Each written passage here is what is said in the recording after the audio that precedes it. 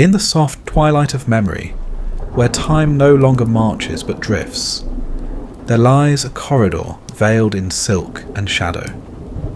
Its marble floors have felt the rustle of gowns stitched with gold, and its air once held the perfume of hidden longing. The world beyond these walls, filled with politics, power and pageantry, fades now into whispers. Here, we enter the quiet realm of scandalous love, a place where glances mattered more than armies, and where whispered names echoed louder than decrees. History, for all its iron and ink, often forgets that its most enduring chapters were written not by victors on battlefields, but by lovers in borrowed hours. These were not the love stories of poets and paupers. Numbered these were the affairs of monarchs, of emperors and empresses, of queens and consorts whose hearts defied the destinies prescribed by courts and clergy. Behind the grandeur of thrones and treaties, beneath the weight of crowns and ceremonies, beat hearts that dared to feel too deeply. Tonight, in the gentle hush between day and dream, we drift into 3 such stories. Tales where love was more than affection. It was a rebellion, a risk, a soft defiance cloaked in the velvet of privilege. First, the Nile stirs. Golden sands shift in the distance as moonlight paints a quiet palace in Alexandria. There, amid incense and intrigue, a woman waits. Draped in linen, eyes lined like the falcon goddess, she is not merely a queen, she is a symbol, a storm, a seduction incarnate. Cleopatra.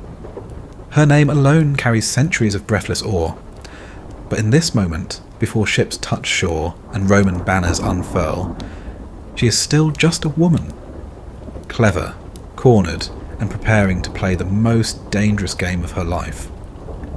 She will not win it with armies, but with allure and an audacity that defies the age. Across the centuries, another woman waits, but not in the warmth of the East. In the cold salons of post-revolutionary France, beneath chandeliers that tremble with memory, a widow holds court, not with power, but with perfume. Josephine. Once rose, always resilient. She survived the guillotine by a hair's width, and now survives the court by charm and subtle calculation. Napoleon, barely more than a soldier still, but will soon see her and forget everything else. Not yet the emperor, not yet the conqueror of Europe. He will fall first not to musket fire, but to the softness in her voice. And still further along time's thread, past powdered wigs and revolution's roar, we find another heart unwilling to obey its crown. A prince, Edward, the heir to Britain's ancient throne, finds his pulse quicken, not for the noblewomen presented to him at galas and state dinners, but for a woman deemed entirely unfit. Twice divorced, American, bold, Wallis Simpson. Their love will upend centuries of royal expectation. It will cost him a crown. And yet, he will call it worth it. These are not fairy tales. These are the aching truths beneath royal tapestries. Stories of power and passion, where the stakes were not merely hearts, but empires. Tonight, we will move gently through their lives, not as historians, but as midnight wanderers. We will not knock on the doors of palaces, only listen through them. The laughter behind columns, the sighs between silks, the silences that stretched longer than wars. Each love unfolded under scrutiny. Every letter could be intercepted, every whisper betrayed. And still they loved. Not recklessly, but deliberately. In a world ruled by duty and deception, love itself became the most daring act. Even now, centuries later, their names still shimmer on the pages of history books, not just for the battles they fought or the lands they ruled, but for who they chose to love and what they gave up to do so. Let us now draw the curtains wide, dim the torches, and step softly into their world. Let us forget what came before and what came after. Tonight, there is only the beginning. We begin not with war, nor coronation, but with a single quiet question that has echoed through time. What happens when love dares to stand beside a throne? The night deepens, and with it, so does the hush of the world. In this dim, forgiving quiet, the first pieces of our story gently stir into motion. The years, the names, the kingdoms. They do not rise all at once. They appear like candles lit in slow succession, illuminating one corridor of history after another. We return to the Nile. The year is 48 BCE. Rome is locked in civil war, and the East watches with wary eyes. In Alexandria, Cleopatra VII has been driven from the palace by her own brother, Ptolemy XIII. The city, proud and ancient, shivers with uncertainty. But Cleopatra is not the kind to flee in despair. She is studying tides, gathering allies, watching the horizon. And on that horizon, sails approach. Roman sails, sharp and disciplined, bearing Julius Caesar. He is not young, not soft. He carries the weariness of a man who has outlasted rivals, revolts and rumours. Yet something about him still seeks, still listens. And Cleopatra knows how to answer that silence. She will not come to him in armour. She will arrive hidden in a rug, rolled tightly, unannounced, unafraid. When the rug is unfurled before the general, there she is, radiant, poised, fearless. This was no accident. This was strategy spun into seduction. The great Caesar, who had crushed Gaul and crossed the Rubicon, would now find himself conquered in a different way. Not by force, but by presence. She speaks his language. Greek, Latin, politics, ambition. She speaks in glances too, and in promises that do not need words. She does not plead for her throne. She makes him believe restoring it is his idea. By the end of that night, and certainly by the end of that week, Cleopatra is no longer an exiled queen. She is a partner to the most powerful man in the world. But partnerships like these are fragile, especially when they bloom in marble halls, watched by senators and scribes. Rumours move faster than armies. In Rome, whispers already begin to stir. A foreign queen, an affair, a child perhaps, a threat. Still, for now, they are together, drifting down the Nile, away from judgment, if only for a moment. Let the waters of the Nile recede for a time, and the scene shift once more. We are now in France. The guillotine has fallen silent, but its shadow lingers over Paris. The air smells of gunpowder and garden roses. The revolution is over, and a new man rises from its ashes.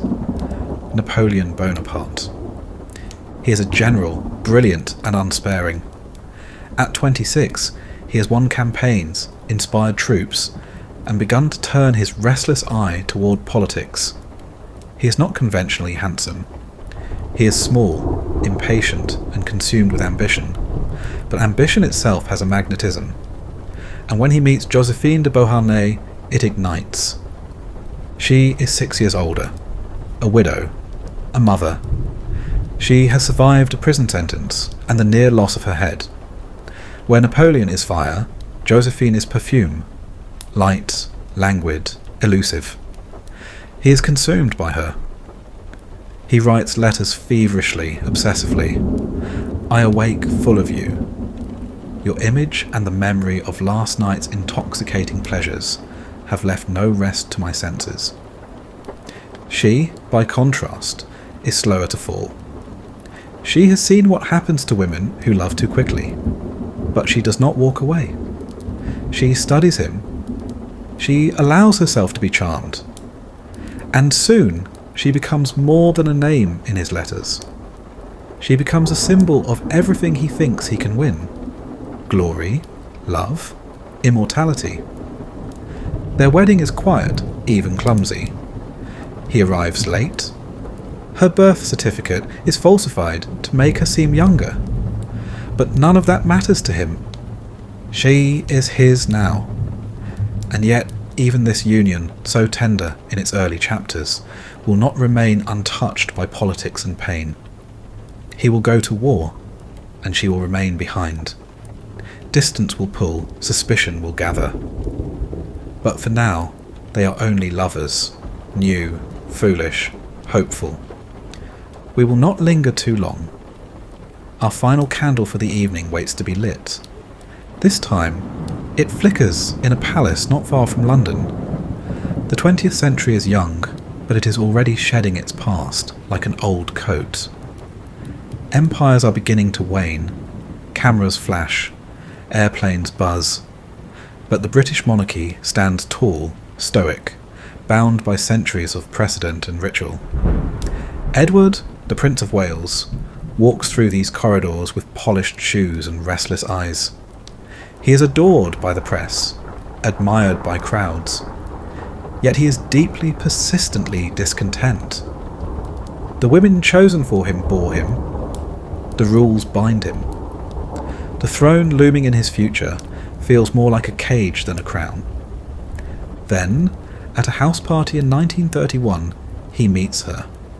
Wallace Warfield Simpson, an American, married, stylish, sharp-tongued, unimpressed. She does not curtsy, she does not flirt, she challenges. And for Edward, it is as though the world snaps into focus. She is not interested in being a duchess or a trophy. She has already lived through one failed marriage, and is trudging through another. But something about Edward, the way he listens to her, the way he steps out of his royal armour when they speak, draws her in. It begins with letters. It grows with dinners, glances, and shared holidays. The court notices. So does the press. But the couple persists undeterred. Edward is no Caesar. He does not hold an empire in his palm, but he is a prince, and his choice will shake the monarchy. The British public is not prepared to accept Wallace, nor is the church, nor is the law, but that is far ahead. Tonight, in the early glow of their romance, it is just two people daring to walk side by side in gardens and drawing rooms where they do not belong, yet cannot bear to leave. 3 stories, 3 beginnings. A queen in exile who dares to seduce a Roman warlord. A widow who captivates the mind of an empire builder. A socialite who steals the heart of a king. Their names are known, but their hearts, complex, aching, rebellious, are less often explored. This is not history as it is usually told. There are no timelines to memorize here, no dates to recite, only moments. Only the quiet rebellion of love in the wrong place, at the wrong time, with the right person. As the night deepens and dreams draw nearer, we will walk beside them. Let the torches dim. Let the air grow still. The world they lived in is long gone, but tonight it breathes again. The night deepens, and with it so does the hush of the world.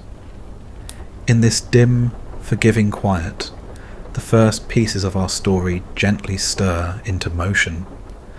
The years, the names, the kingdoms, they do not rise all at once. They appear like candles lit in slow succession, illuminating one corridor of history after another. We return to the Nile. The year is 48 BCE. Rome is locked in civil war, and the East watches with wary eyes. In Alexandria, Cleopatra VII has been driven from the palace by her own brother, Ptolemy XIII. The city, proud and ancient, shivers with uncertainty. But Cleopatra is not the kind to flee in despair. She is studying tides, gathering allies, watching the horizon. And on that horizon, sails approach. Roman sails, sharp and disciplined, bearing Julius Caesar. He is not young, not soft. He carries the weariness of a man who has outlasted rivals, revolts, and rumours. Yet something about him still seeks, still listens, and Cleopatra knows how to answer that silence. She will not come to him in armour. She will arrive hidden in a rug, rolled tightly, unannounced, unafraid. When the rug is unfurled before the general, there she is, radiant, poised, fearless. This was no accident. This was strategy spun into seduction. The great Caesar, who had crushed Gaul and crossed the Rubicon, would now find himself conquered in a different way. Not by force, but by presence. She speaks his language, Greek, Latin, politics, ambition. She speaks in glances too, and in promises that do not need words. She does not plead for her throne. She makes him believe restoring it is his idea. By the end of that night, and certainly by the end of that week, Cleopatra is no longer an exiled queen. She is a partner to the most powerful man in the world. But partnerships like these are fragile, especially when they bloom in marble halls watched by senators and scribes. Rumours move faster than armies. In Rome, whispers already begin to stir. A foreign queen, an affair. A child perhaps, a threat. Still for now, they are together, drifting down the Nile, away from judgment, if only for a moment. Let the waters of the Nile recede for a time, and the scene shift once more. We are now in France. The guillotine has fallen silent, but its shadow lingers over Paris. The air smells of gunpowder and garden roses. The revolution is over, and a new man rises from its ashes, Napoleon Bonaparte. He is a general, brilliant and unsparing. At 26, he has won campaigns, inspired troops, and begun to turn his restless eye toward politics. He is not conventionally handsome. He is small, impatient, and consumed with ambition. But ambition itself has a magnetism, and when he meets Josephine de Beauharnais, it ignites. She is 6 years older, a widow, a mother. She has survived a prison sentence and the near loss of her head. Where Napoleon is fire, Josephine is perfume, light, languid, elusive. He is consumed by her. He writes letters feverishly, obsessively. I awake full of you. Your image and the memory of last night's intoxicating pleasures have left no rest to my senses. She, by contrast, is slower to fall. She has seen what happens to women who love too quickly, but she does not walk away. She studies him. She allows herself to be charmed. And soon, she becomes more than a name in his letters. She becomes a symbol of everything he thinks he can win. Glory, love, immortality. Their wedding is quiet, even clumsy. He arrives late. Her birth certificate is falsified to make her seem younger. But none of that matters to him. She is his now. And yet, even this union, so tender in its early chapters, will not remain untouched by politics and pain. He will go to war, and she will remain behind. Distance will pull, suspicion will gather. But for now, they are only lovers. New, foolish, hopeful. We will not linger too long. Our final candle for the evening waits to be lit. This time, it flickers in a palace not far from London. The 20th century is young, but it is already shedding its past like an old coat. Empires are beginning to wane. Cameras flash, airplanes buzz. But the British monarchy stands tall, stoic, bound by centuries of precedent and ritual. Edward, the Prince of Wales, walks through these corridors with polished shoes and restless eyes. He is adored by the press, admired by crowds, yet he is deeply, persistently discontent. The women chosen for him bore him. The rules bind him. The throne, looming in his future, feels more like a cage than a crown. Then, at a house party in 1931, he meets her, Wallis Warfield Simpson. an American, married, stylish, sharp-tongued, unimpressed. She does not curtsy. She does not flirt. She challenges. And for Edward, it is as though the world snaps into focus. She is not interested in being a duchess or a trophy. She has already lived through one failed marriage and is trudging through another. But something about Edward, the way he listens to her, the way he steps out of his royal armour when they speak, draws her in. It begins with letters. It grows with dinners, glances, and shared holidays. The court notices, so does the press. But the couple persists, undeterred. Edward is no Caesar. He does not hold an empire in his palm, but he is a prince, and his choice will shake the monarchy. The British public is not prepared to accept Wallace, nor is the church, nor is the law, but that is far ahead. Tonight, in the early glow of their romance, it is just two people daring to walk side by side in gardens and drawing rooms where they do not belong, yet cannot bear to leave. 3 stories, 3 beginnings. A queen in exile who dares to seduce a Roman warlord.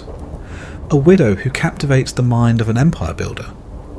A socialite who steals the heart of a king. Their names are known, but their hearts, complex, aching, rebellious, are less often explored. This is not history as it is usually told. There are no timelines to memorize here, no dates to recite, only moments. Only the quiet rebellion of love in the wrong place, at the wrong time, with the right person. As the night deepens and dreams draw nearer, we will walk beside them. Let the torches dim. Let the air grow still. The world they lived in is long gone, but tonight it breathes again. The winds that stir scandal do not rise from passion alone. They are shaped first by the landscapes of power, by the quiet architecture of expectations, the invisible frameworks that bind kings and queens, generals and courtiers, to lives not wholly their own. To understand why these love affairs were considered dangerous, even treasonous, we must step gently into the halls of custom, law, and empire. Not all boundaries are physical. Some are carved in culture, whispered in courts, etched silently into the fabric of civilization. Let us begin again beneath the Egyptian sun. Cleopatra's Egypt was not simply a land of pyramids and perfumed luxuries. It was a dynasty in peril. The Ptolemies, descendants of one of Alexander the Great's generals, had ruled for centuries, but by the time Cleopatra took her place in history, their reign teetered on the edge. Civil unrest simmered. Famine and debt loomed. Roman influence grew bolder with each passing season. Egypt, once unconquerable, was now less a kingdom and more a chessboard. The Ptolemaic court was unlike anything Rome had known. Opulent, yes, but also steeped in ritual, symbolism, and intellectual legacy. Women in this world were not mere decorations. They ruled, studied, manoeuvred. Cleopatra herself was no exception. She spoke multiple languages fluently, including Egyptian, a rarity among her own Hellenistic dynasty. She studied philosophy, diplomacy, and astronomy, but her mind alone was not enough to hold the throne. To rule, she needed a patron. And Rome, vast, relentless Rome, had more than enough power to determine who would wear Egypt's crown. When Caesar arrived in Alexandria, he did not see only a political crisis. He saw an opportunity, and Cleopatra saw the same. But their union was more than political calculus. It was a challenge to Roman mores. In Rome, love affairs were tolerated so long as they remained discreet, but a liaison with a foreign queen, one that bore a son, that was something else entirely.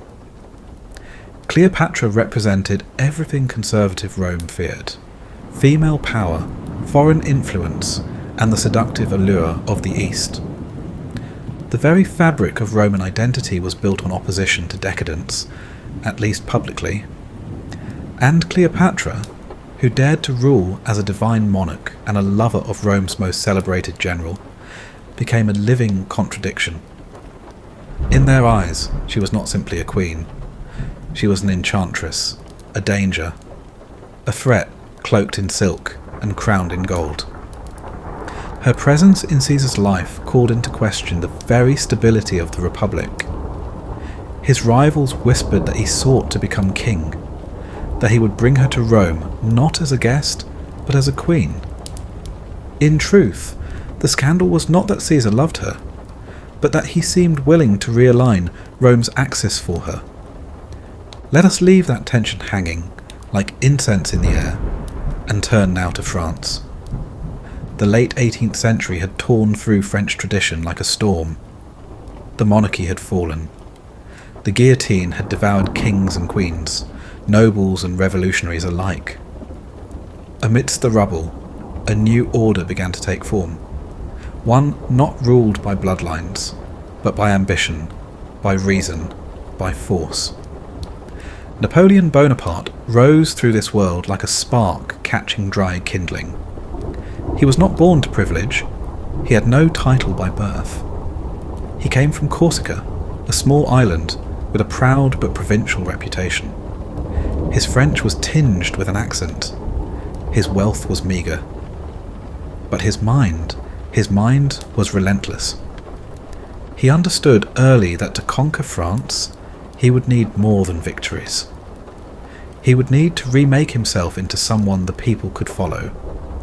And to do that, he would need a wife who symbolized refinement, society, and survival. Josephine fit this need perfectly, and yet the scandal of their relationship was precisely that it flew in the face of what others expected. Josephine had once moved in royalist circles. Her husband had been guillotined during the Reign of Terror. She herself had been imprisoned. She was no innocent, no ingenue, and she was not at first faithful. In the court of public opinion, Josephine was viewed with suspicion.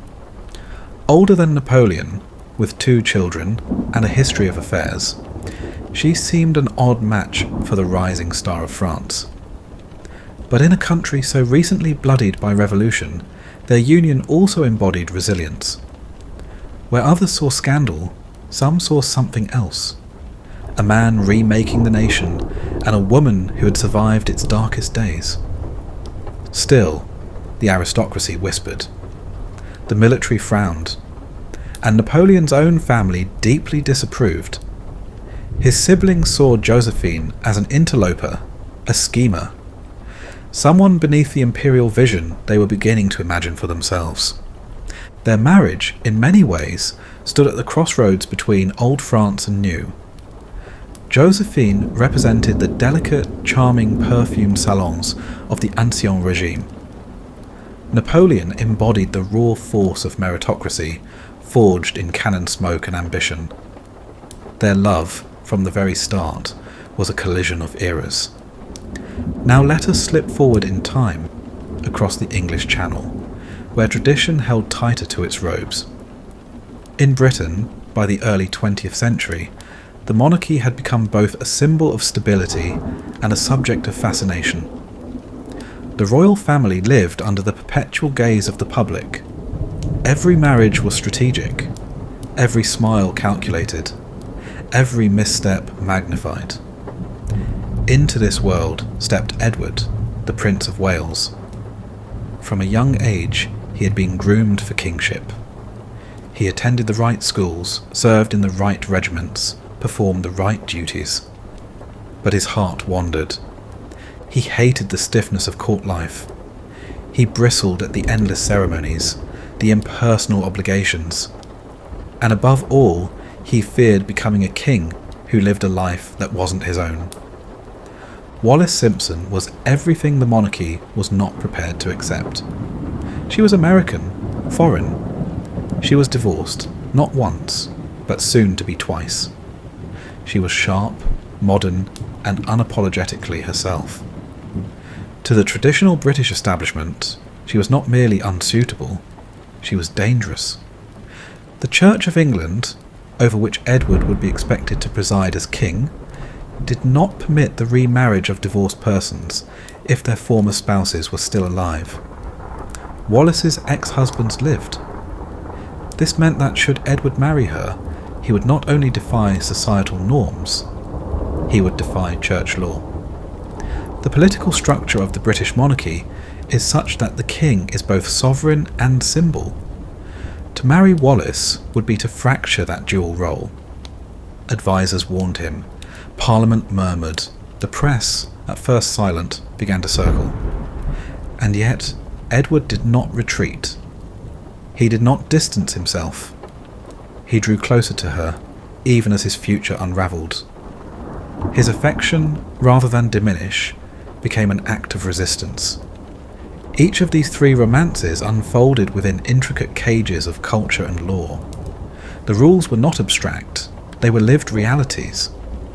Violating them meant risking everything: a throne, a war, a legacy. But love, especially in these stories, was not a polite arrangement. It was a decision, an insistence, a quiet rebellion wrapped in formality. And so the stage was set. A queen whose love could threaten a republic, a general whose passion could complicate an empire, a prince whose devotion could collapse a monarchy. Scandal is rarely born from love itself. It arises when love crosses boundaries others have drawn. And in the chapters ahead, we will walk with them, step by step, as they cross those lines, not with fire and fury, but with letters, with glances, with moments stolen in quiet rooms. For now, let us rest. Let the world of rules and roles fade once more into silence.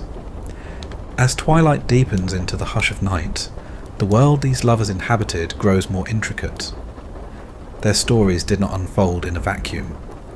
Each romance took root in a web of shifting alliances, unyielding laws, and societal expectations older than memory.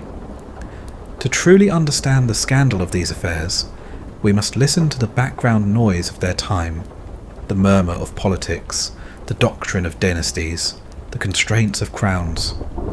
Let us drift again to Alexandria. Cleopatra's Egypt was not merely a kingdom. It was a battleground for influence, a hinge between East and West.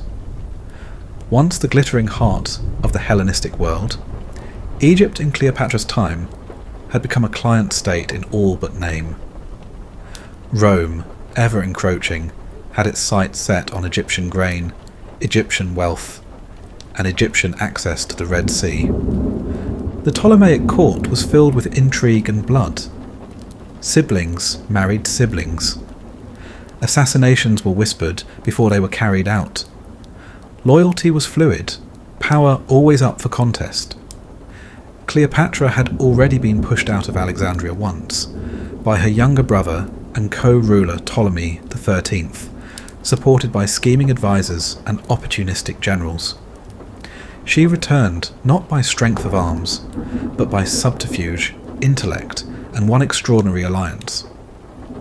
When Julius Caesar arrived, ostensibly to resolve a dynastic dispute and collect on debts owed to Rome, Cleopatra did not beg for assistance. She ensnared his curiosity. But what made their connection so incendiary was not just its intimacy, it was its implications. A Roman general entangled with a foreign queen was not unheard of. But Caesar was not just any general. He was already the most powerful man in Rome, poised on the brink of dictatorship. His affair with Cleopatra, along with their son Caesarion, hinted at something unthinkable to the Roman Senate, that he might abandon Roman tradition entirely, crown himself king, and establish a monarchy with a foreign queen at his side.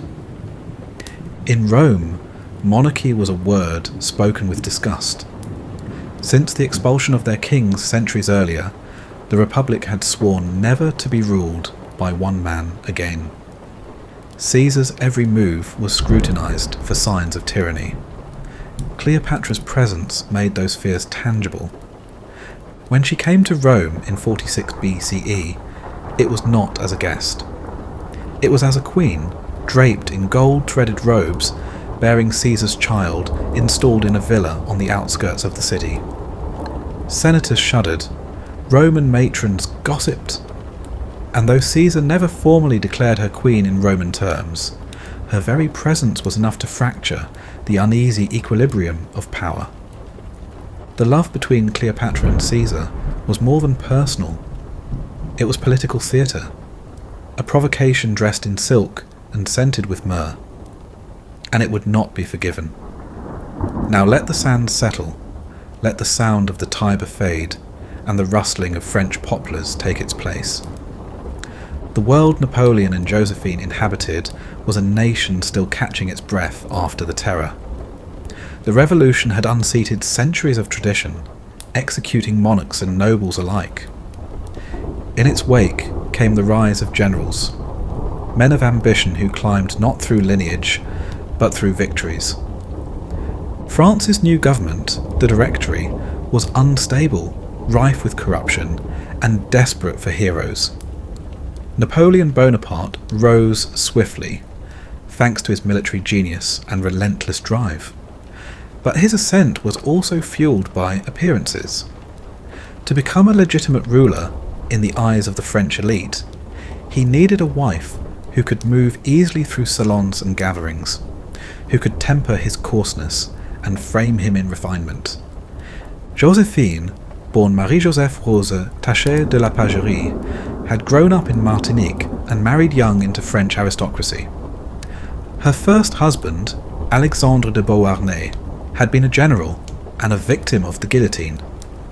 She herself had narrowly escaped execution. Her survival was not luck alone. Josephine had learned the delicate dance of charm and caution. In post-revolutionary Paris, she was both admired and resented. She embodied a world many longed for, but dared not speak of too openly. When she met Napoleon, their union seemed at first like a merging of opposites. He was driven, awkward in society, brusque in manner. She was polished, poised, practiced in the subtleties of court behaviour. But beneath their differences, they each saw something vital in the other. For him, she was sophistication. For her, he was safety. Yet their marriage was not free from strain. From the beginning, Josephine's past hung over her. Her affairs, while not unusual for the time, were viewed with suspicion. Napoleon's letters burned with devotion, while hers were more guarded, more calculated. French society, still teetering between revolution and restoration, judged her harshly. She was too royalist for the Republicans, too Republican for the royalists. And when Napoleon crowned himself emperor in 1804, placing the crown upon his own head rather than receiving it from the Pope, Josephine's place beside him solidified, but so did the scrutiny. There were no absolute rules for love in revolutionary France, but there were expectations. And for many, Josephine failed to meet them. She was seen as a relic of the old world, a decorative indulgence rather than a rightful empress. Her inability to produce an heir only sharpened the whispers.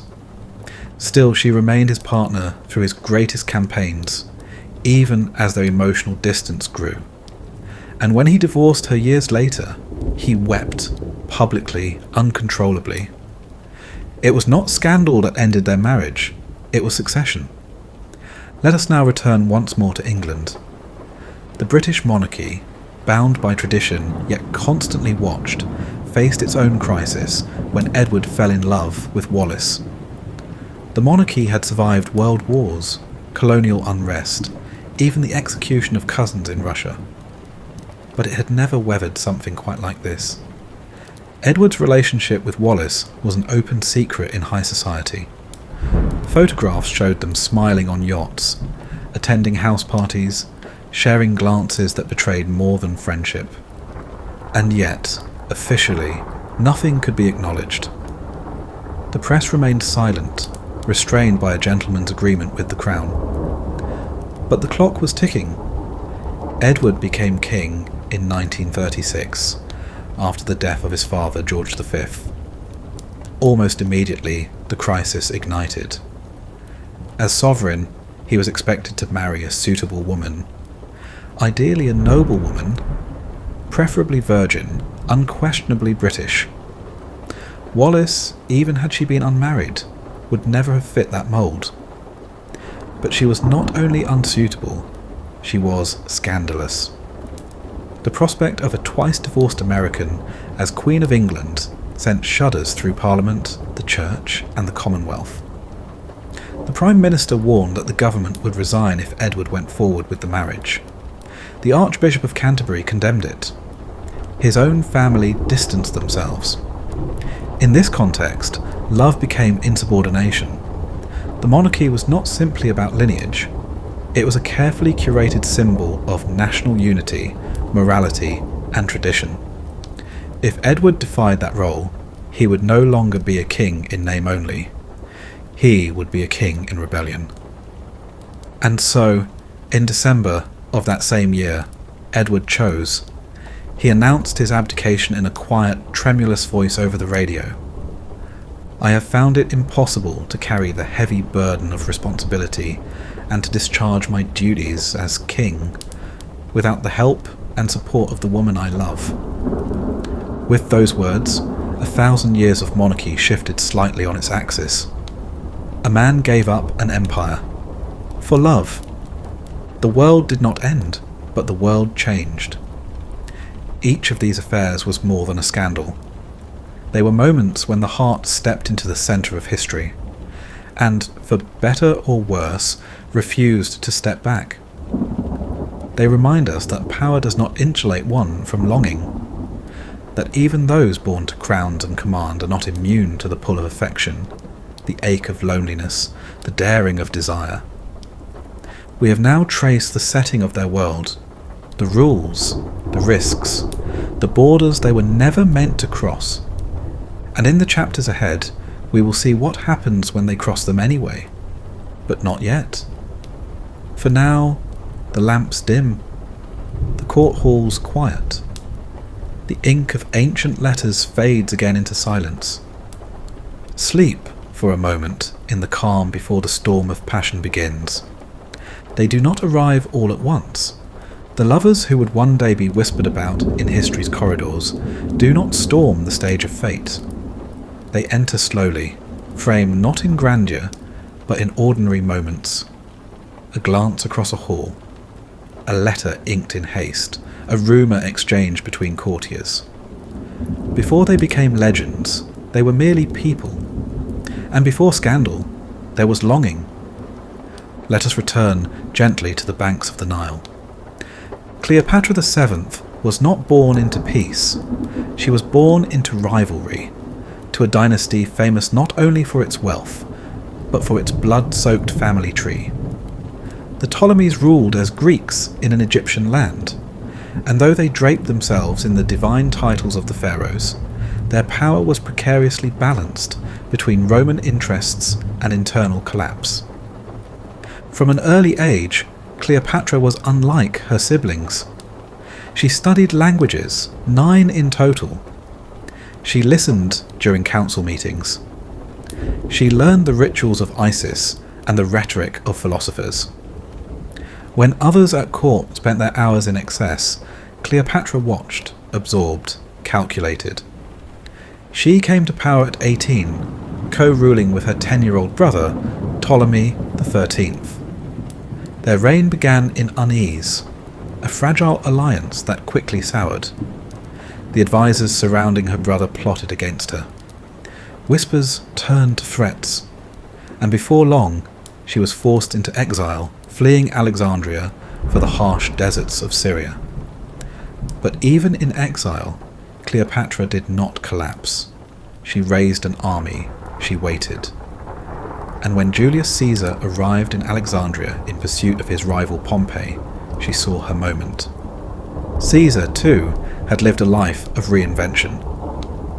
Born into the patrician Julian family, his early years were marked not by wealth, but by careful ambition. He aligned himself with populist causes, climbed the military ranks, and became known as much for his oratory as for his sword. He had charm, calculation, and an almost divine sense of timing. By the time he arrived in Egypt, he was already feared and adored across Rome. But he was not yet untouchable. His enemies in the Senate watched closely. His reputation shimmered on the edge of danger. It is said that Cleopatra entered Caesar's presence wrapped in a rug, smuggled past her brother's guards, unfurled like a gift before the general. Whether this tale is literal or embellished, the truth behind it is certain: she made an entrance. He was struck not only by her appearance, which was marked not by classical beauty, but by presence, but by her mind. Her voice, her wit, the way she met his gaze as an equal.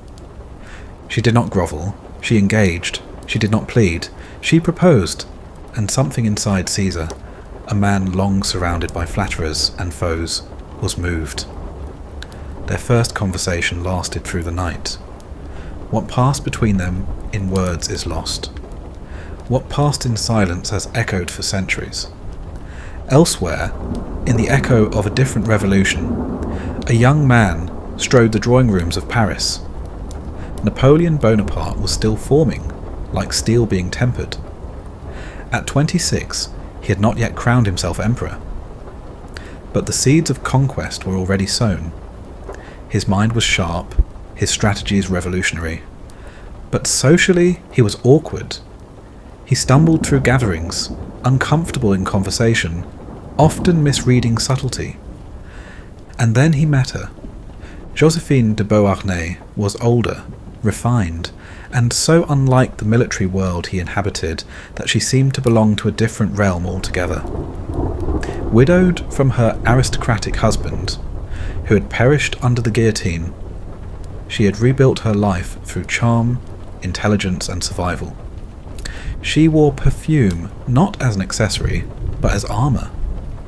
Her salons were filled with those who remembered the old world, and those hoping to define the new. She laughed easily, but her eyes betrayed caution. She had learned how quickly affection could turn to accusation. When Napoleon first pursued her, his letters came quickly, obsessively.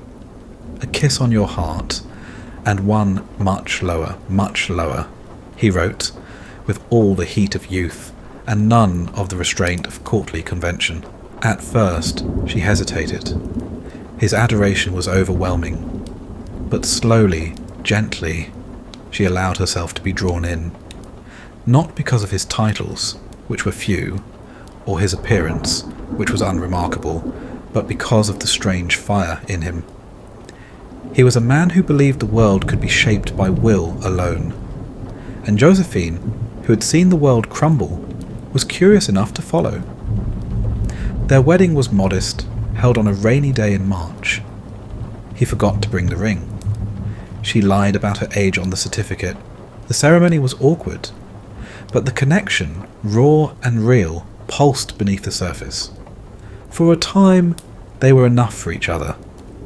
Before empires, before betrayal, before exile. And now we shift again.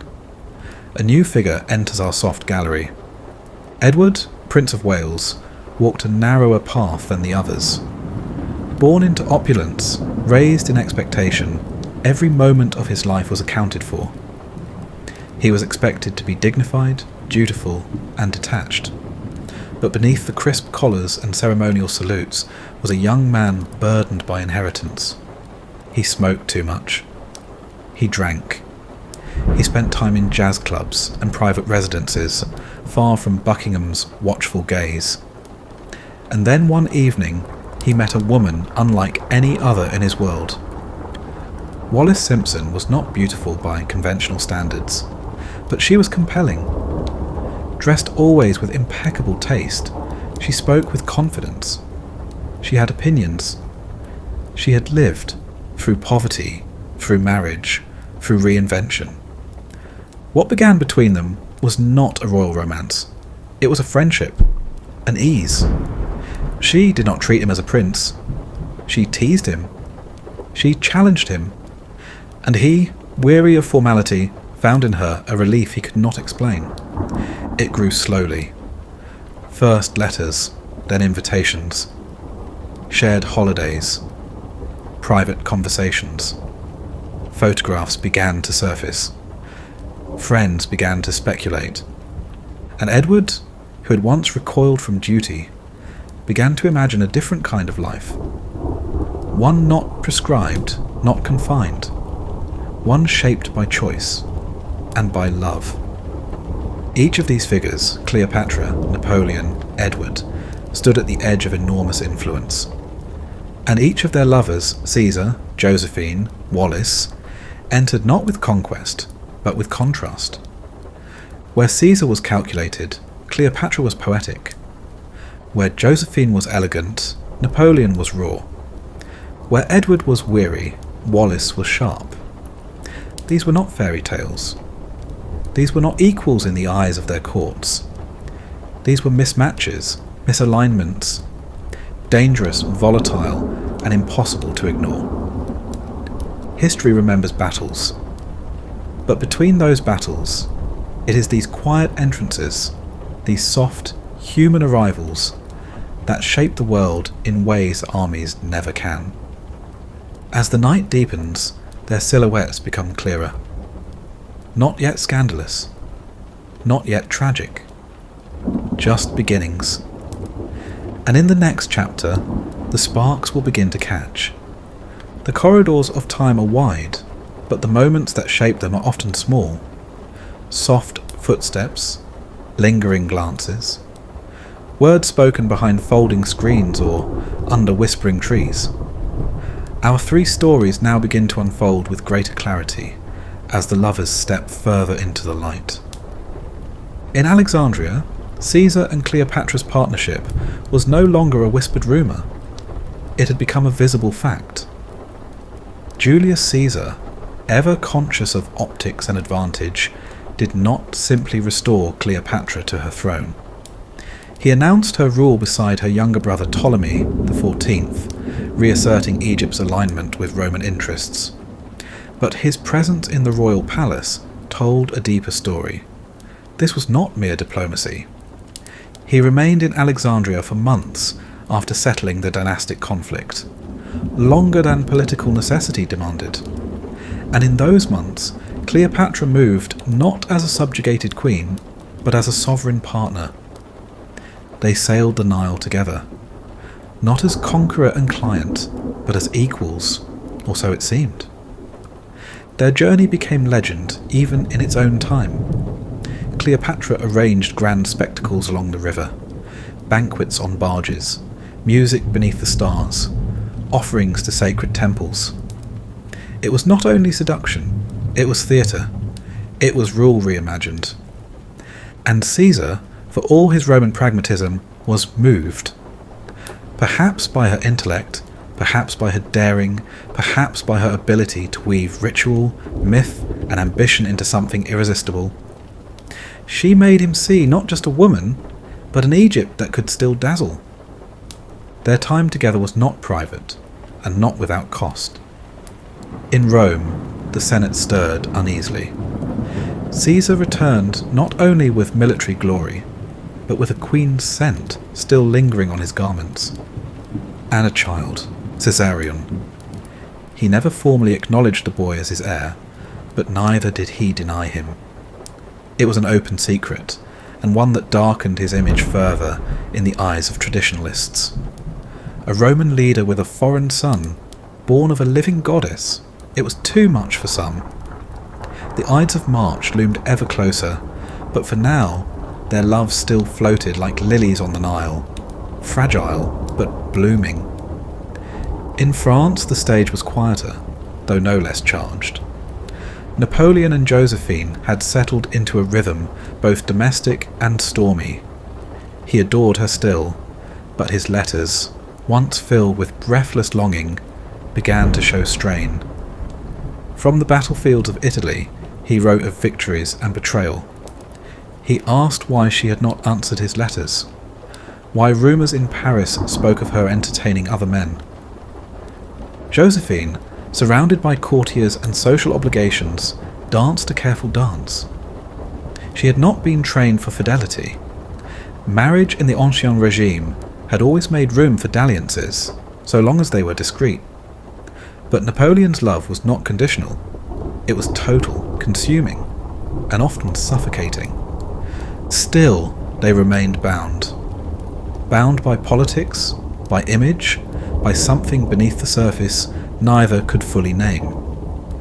When Napoleon returned from the Italian campaign, his reception was less than warm. He stormed into their home in the middle of the night, demanding answers. The confrontation was loud but short-lived. He could not leave her. Not yet. Perhaps not ever. And Josephine, though unsure of how to love a man so volatile, understood his need. She adapted, softened her behaviours, promised more than she delivered, but always stayed close. Her children from her first marriage, Eugène and Hortense, were slowly accepted by Napoleon, even cherished. He began to imagine them not as remnants of another life, but as pieces of his own growing legacy. They attended salons, state functions, public parades. Though Napoleon's power was not yet absolute, the couple was watched, judged, envied. Together they were becoming more than lovers. They were symbols of a France reborn, whether they wanted to be or not. In England, a different kind of scrutiny gathered. Edward and Wallis had moved beyond friendship. Their correspondence was daily, their public appearances increasingly bold. Though still technically married to Ernest Simpson, Wallis now functioned less as a wife and more as the unofficial companion to the future king. Photographs, once cautious, became more candid. A glance here, a touch there. At holiday taken together under the thin pretense of a group gathering. Within palace walls, alarm bells rang. The Archbishop of Canterbury worried aloud. Prime Minister Stanley Baldwin was briefed in private meetings. Even Edward's own mother, Queen Mary, expressed concern in clipped, cold tones. This was not how the Prince of Wales was meant to behave, and yet Edward would not retreat. To Wallis, he wrote long, rambling letters, some playful, others poetic. He called her my beloved, my own darling woman, and my strength. He confided in her things he never told advisers or family. His doubts about the crown, his dislike of tradition, his dreams of a quieter life in exile. Wallis, for her part, remained cautious. She understood better than Edward the full weight of what they risked. She knew the fury of public opinion. She had lived through social climbing, through whispered cruelty, through marriages that expected silence in return for comfort. But she could not walk away. Something in Edward, his restlessness, his vulnerability, his defiant love, tethered her. Still, their love was not built on fantasy alone. It bore the weight of reality. His obligations, her past, the looming impossibility of ever reconciling the two. In all three stories, the lovers now moved openly through their worlds. Cleopatra held court with Caesar as her partner. Josephine greeted dignitaries at Napoleon's side. Wallis dined at country estates with a future king. But if the world began to notice, the lovers themselves were still caught in a moment of illusion, the fragile phase when passion feels like possibility and history has not yet closed its fist. Each pairing contained contradiction. Cleopatra was divinity in a mortal world. Caesar, a man who aimed to become godlike through deeds, now entangled with someone already declared divine. Josephine had survived death. Napoleon sought to conquer it, to etch his name in eternal stone. Wallis represented freedom, Edward was shackled by duty, and yet she became his escape. These contradictions were not flaws. They were the heart of the scandal. Love in these contexts was not gentle. It was resistance. As the moon rises higher above the tapestry of time, we find ourselves standing just before the fall. But not yet, for now the air is still scented with hope. The nights are long, but filled with whispers. The lovers, for all their burdens, have not yet been broken by them. Let us rest in this fleeting chapter, when the world paused just long enough to let them believe in forever. In the gardens of history, it is not always the thunderclap that signals the start of a storm. Sometimes it is a glance held just a moment too long, a letter written, then rewritten, a hand brushed in passing. In these quiet beginnings, the early sparks of scandal were struck, not with fanfare, but with flickers. In Alexandria, the palace grew quieter at night. By day, Cleopatra and Caesar navigated statecraft and ceremonial duties, negotiating the return of stability to Egypt, appeasing Roman interests, and mending the wounds of internal civil strife.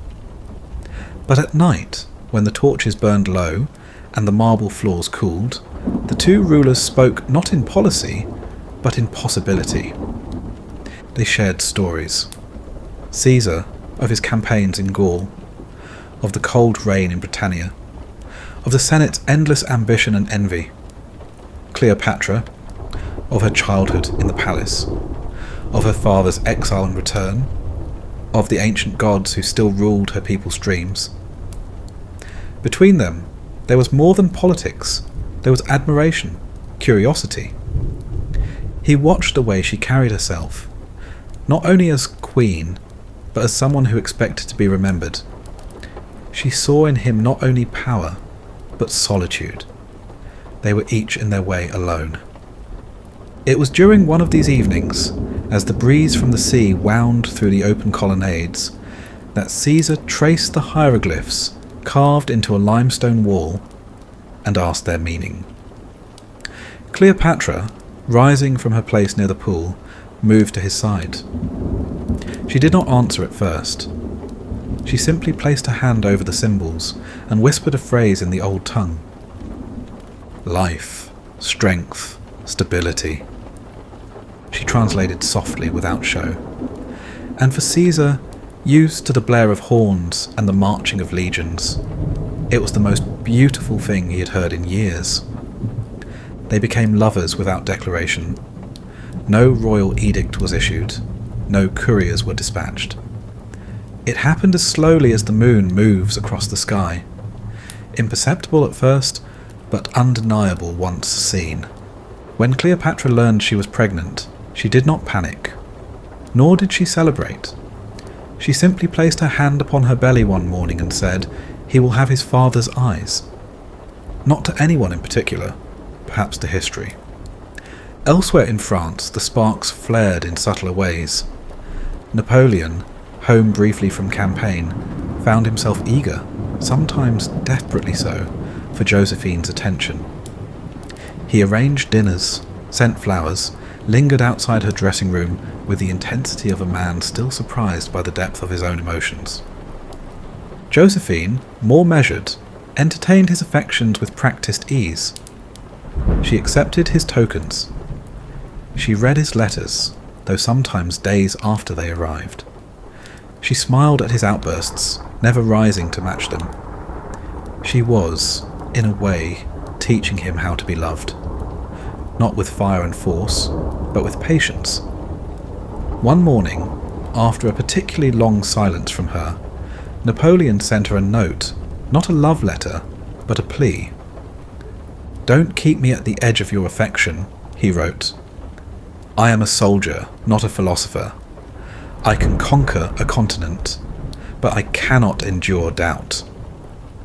She did not respond with poetry. She simply arrived that evening at the modest residence he had taken, kissed him on the cheek, and asked what he'd like for dinner. He smiled for hours after. In Paris, the salons began to murmur, the general and the widow. It was not unheard of, but it was unusual, particularly because she seemed not to seek marriage, and he seemed intent upon it. Eventually, Josephine relented, if relent is the right word. Their wedding was not grand, it was not well attended, but it marked something real, the fusion of two survivors. She, of the revolution. He, of war. They met not in idealism, but in the quiet aftermath of chaos. And they found in each other something like shelter. In England, the entanglements took on a sharper edge. Edward was still the Prince of Wales, but increasingly he carried himself as a man with little regard for his future crown. He dined where he pleased, he dressed as he liked, and he spent more time with Wallis than was acceptable. One evening, at a private dinner, hosted by a mutual friend, Wallis arrived wearing a slim black dress, her hair set in waves, a sapphire clipped to her collar.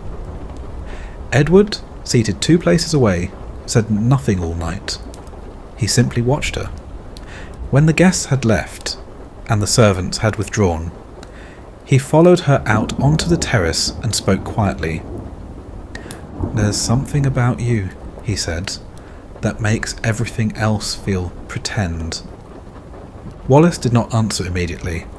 She lit a cigarette, exhaled slowly, and replied, "You'll grow tired of that." But he didn't. Their outings became more frequent.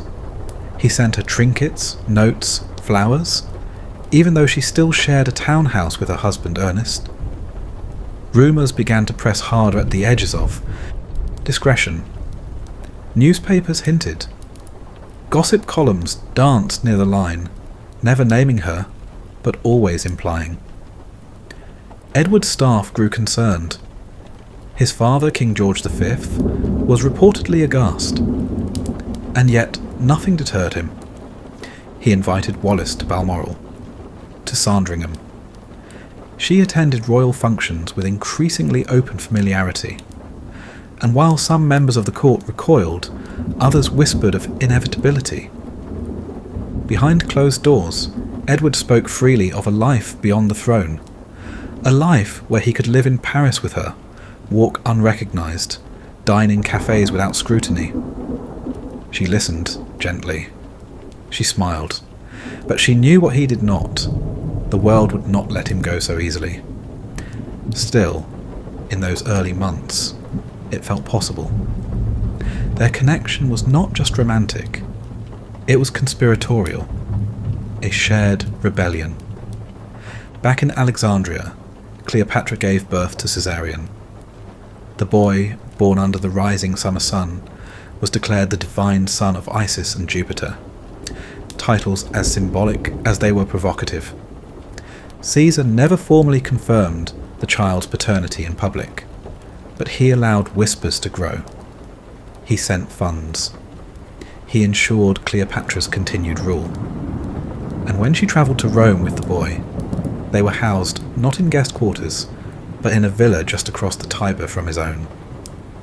For a while, they lived nearly as family, not officially, never openly, but as close to it as power would allow. In France, Napoleon was growing restless again. War pulled him from Paris again and again. His letters to Josephine, once romantic, became increasingly anxious. He missed her. He worried, and sometimes he accused. She answered with calmness, occasionally with warmth, rarely with confession. Still, their bond endured. Each time he returned, he sought her first. Each time she left for the countryside, he sent word. They were now deeply entwined, not only as lovers, but as public figures. Their names began to appear together in dispatches, their portraits hung side by side. In the silence between battles and banquets, they found one another, briefly, and those moments, quiet, flawed, human, were more powerful than any treaty. These early entanglements were not yet explosive, but they were combustible. Each glance, each letter, Each stolen moment in palace gardens or behind Parisian doors layered another sheet of tension. The world watched, and the lovers, still lost in each other, did not yet realise how heavy the gaze had become. But in the hush of their beginnings, there was still innocence, still wonder, still the fragile hope that love, if whispered carefully enough, might go unnoticed. By now, the web had begun to tighten. The lovers who once tiptoed quietly through private corridors were now stepping into the open, delicately perhaps, but with increasing boldness. The early entanglements, once private indulgences or whispered confidences, had become part of the public landscape, even if still cloaked in veils of civility. Back in Rome, Caesar's villa across the Tiber remained a quiet centre of speculation. Cleopatra's stay in the city was not long, but it was significant. She arrived not simply as a royal guest, but as a woman who bore the son of the most powerful man in the Roman Republic. Her presence, and that of little Caesarion, challenged everything Romans held sacred about family, state, and identity. The Roman elite frowned at her foreign robes, her divine titles, her refusal to behave like a supplicant. She was not a conquered queen, she walked as though she still ruled the Nile. Caesar, who had claimed victory after victory across the known world, found her presence more stabilizing than any Senate decree. She offered something no Roman could: admiration without rivalry, intelligence without manipulation, and love that arrived without begging. In the cool afternoons, they would meet in the garden near the villa's atrium. He would watch the boy at play, observe Cleopatra as she read scrolls or hummed ancient hymns to Isis. These were brief respites from the whirlwind of governance, but they mattered. In those spaces, there was no state, only companionship. But Rome was not Alexandria. Every appearance Cleopatra made fed another rumour. Every gesture from Caesar fueled another conspiracy. His appointment as dictator for life confirmed what many had feared, that he was ready to crown himself king, with Cleopatra not far from his side. She departed Rome shortly before the Ides of March. When the knives found Caesar in the Senate, he was alone. Cleopatra, across the sea, heard the news in a stifling silence. She did not weep publicly. She prepared, packed, secured her son, sailed home. The spark had become a fire, but already it had burned the bridge between dream and power. In France, the air had changed as well. Napoleon, once the outsider general, who had chased victory across Italy and Egypt, was now a political force in Paris. He had returned from Egypt with disappointment in his wake, but he carried himself with the calm certainty of destiny. Josephine had welcomed him home with carefully arranged flowers, her children standing solemnly at her side. But the man who embraced her was not the same as before. He had seen deserts and pyramids. He had lost soldiers to disease, to disillusionment. He had written fewer letters during that campaign, not for lack of affection, but from fatigue. She noticed. She said nothing, but her own habits had shifted. While he had been away, she had found comfort, perhaps affection, with a young officer named Hippolyte Charles. It had been brief, perhaps even meaningless, but whispers of it reached Napoleon's ears before he ever reached Josephine's arms. He did not confront her immediately. He waited. He watched. When he finally raised the issue, it was not in fury, but in devastation. "You were the one certainty," he said, "or so it is remembered." She denied it, gently, not with outrage, but with the calm of someone who had long practiced survival. The betrayal, real or imagined, left a mark. From then on, Napoleon would carry a shadow with him. He loved her still, perhaps even more deeply for the pain. But the simplicity of their connection had vanished. In its place, doubt, passion, and dependence. Their letters continued, but with fewer flowers drawn in the margins. Their reunions became more theatrical. Gifts, parades, appearances. But when the curtains fell, they sat sometimes in silence, each unsure how to bridge the quiet. In England, the silence had been shattered entirely. Wallis Simpson and Edward were no longer merely seen together, they were now impossible to ignore. By 1934, Edward had brought her to court events. She had dined with royalty, spoken to ambassadors, attended public engagements in the Prince's company. Though still married to Ernest, her role in Edward's life was undeniable. And she knew it. Her letters, saved by friends and later by biographers, reveal a woman torn. She cared for Edward, deeply. She admired him, protected him from the harsher truths of his own government, encouraged his independence. But she also feared what the world would do to them both. She once wrote to a friend, "I cannot see how this will end without disaster, for him or for me." Still she stayed. Edward's affection had turned to fixation. He sent gifts daily, bracelets inscribed with pet names, flowers plucked from private gardens, silk robes embroidered with phrases only they understood. He called her not Wallis, but my beloved little woman, and sometimes simply W. At a dinner party hosted at Fort Belvedere, Edward's private country retreat, he stood from his seat to fetch her a shawl. The room paused. Royal men did not fetch shawls, but Edward did, without hesitation. The guests resumed conversation, but the message was clear. This was not a dalliance. This was devotion. Behind palace walls, the machinery of power began to turn. King George V, aging but still sharp, warned his son in private, "You must choose, your crown or her." Edward did not reply. The Queen Mother refused to meet Wallis. Parliament whispered. The Archbishop of Canterbury prepared statements just in case. And still the lovers continued, sailing on the royal yacht, visiting Balmoral, strolling the gardens of Windsor, like newlyweds. The early entanglements had solidified. These were not passing infatuations.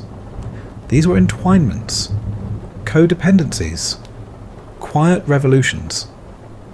Across the centuries, the echoes were similar. Caesar, long immune to charm, had opened his home and heart to a queen who did not belong. Napoleon, master of discipline and ambition, could not sever himself from the woman whose betrayal haunted him. Edward, raised to rule, would rather set fire to a 1,000-year monarchy than give up the woman he adored. Each story was now bent on its own trajectory. No longer merely romantic, but historical. Fated. The sparks had grown into something more dangerous. Not yet infernos, not yet ruinous, but glowing, warming, capable of consuming. And yet, beneath it all, the most fragile moments still endured. The way Caesarion clutched Cleopatra's finger as they crossed the Nile. The scent of Josephine's gardenias on Napoleon's collar when he rode out at dawn. The sound of Wallis's laughter echoing down the corridor of a country house Edward hoped would someday be their home. These details, small and human, linger behind the grander movements of armies and courts. They are what make history quietly ache. And now, with the flames flickering higher, the world waits.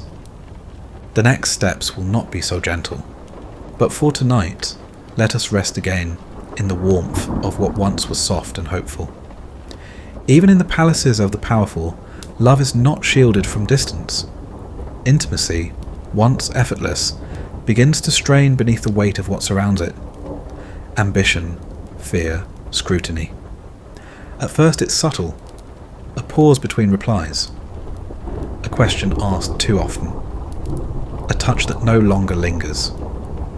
But these moments, repeated, deepen the divide, and what once seemed inevitable begins to tremble. The sun no longer glinted so brightly over Alexandria. Following Caesar's assassination in 44 BCE, Cleopatra found herself suspended in a new uncertainty. In Rome, power passed not smoothly, but violently. From Caesar's ashes rose a triumvirate, Mark Antony, Lepidus, and Caesar's legal heir, Gaius Octavius, later known as Augustus. Caesarion, her son, was not named. His future, her future, suddenly felt less assured. She returned to Egypt, carrying not just grief, but risk. Caesar had been her protector, her political lifeline. In his absence, she would need to navigate a world increasingly hostile, increasingly Roman. For a time, she focused on her son, on her kingdom, on the illusion of peace. But her grief, though carefully hidden from the court, never quite left her. She began to speak less in council. She wandered the palace gardens alone, wrapped in blue linen, eyes dark with calculation. Though her advisors pressed her to remarry, to solidify a local alliance, she declined. None of them could compare. None of them, she believed, would understand what she had risked, what she had lost. Rumours reached her of Caesar's will, of Octavian's rapid rise, of statues torn down and names erased. In public, she remained unshaken. But at night, when the court fell quiet and the Mediterranean lapped gently below her balcony, she would close her eyes and whisper his name, not with longing, but with disbelief. They had shared power. They had shared vision. But in the end, she had been left outside the gates of Roman memory. In France, the love that once bound Napoleon and Josephine was changing too. By 1800, Napoleon was first consul, with more authority than any man in France. His victories, his reforms, his charisma, each had lifted him from the battlefield into legend. But power came at a cost. He slept less, smiled less, and though Josephine remained at his side, he no longer looked to her as he once had. Her betrayal, real or exaggerated, had etched a scar across his pride. He forgave, but he could not forget. Their letters became formal, their conversations rehearsed, and though they still embraced in public, the warmth had grown cool behind closed doors. She sensed it. Josephine, ever intuitive, responded not with defiance but with lavishness. She filled Malmaison with flowers, redecorated entire wings of their estates to please him. She wrote tender notes, arranged surprises. But Napoleon's attention wandered. Other women, mostly brief encounters, some known, most not, entered his life. His generals whispered about them. His staff discreetly arranged them. He never flaunted these dalliances. But Josephine knew. She began spending more time in the countryside. She took comfort in her children, in the gardens she cultivated with meticulous care. She surrounded herself with artists, botanists, writers, anyone who spoke softly and expected nothing. One evening, after Napoleon had returned from a campaign and barely greeted her, she left a letter on his desk. It read simply, "You no longer wait for me, and I no longer chase what stands still." She did not sign it. She did not need to. In England, the strain was no longer private. By late 1935, the relationship between Wallis Simpson and Edward had reached a fever pitch, both in affection and in controversy. The press, once silent, began to murmur more openly. Photographs of Wallis appeared in foreign newspapers. Headlines questioned her influence. Parliament whispered of constitutional crisis. The Archbishop of Canterbury made it clear that should Edward choose to marry her, he would not be crowned. Wallis, trapped in a tightening net of scrutiny, began to waver. She adored him. That much was certain. But the cost of their romance was rising beyond what she had imagined. Threats arrived in the mail. Anonymous letters accused her of seduction, of espionage, of moral decay. Protesters appeared outside her London residence. Stones were thrown. Her friends, once eager to host her, now hesitated. Invitations dried up. Doors quietly closed. Edward, increasingly agitated by the pressure, became more possessive. He telephoned constantly, sent flowers she didn't ask for, insisted on seeing her, even when she asked for space. In one letter, he wrote, "You are my only world. If I cannot have you, I will have nothing." Wallace, reading it alone in the parlour, knew what it meant, and she knew what it might lead to. Her marriage to Ernest Simpson had collapsed in silence. He had moved out, resigned to a future without her, and though Wallace no longer wore her wedding ring, she was still, legally, his wife. The divorce proceedings were underway, but not yet finalised, and the monarchy, bound by ancient law and modern expectation, could not accept a twice-divorced American as queen. Edward refused to see the crisis, or perhaps he refused to care.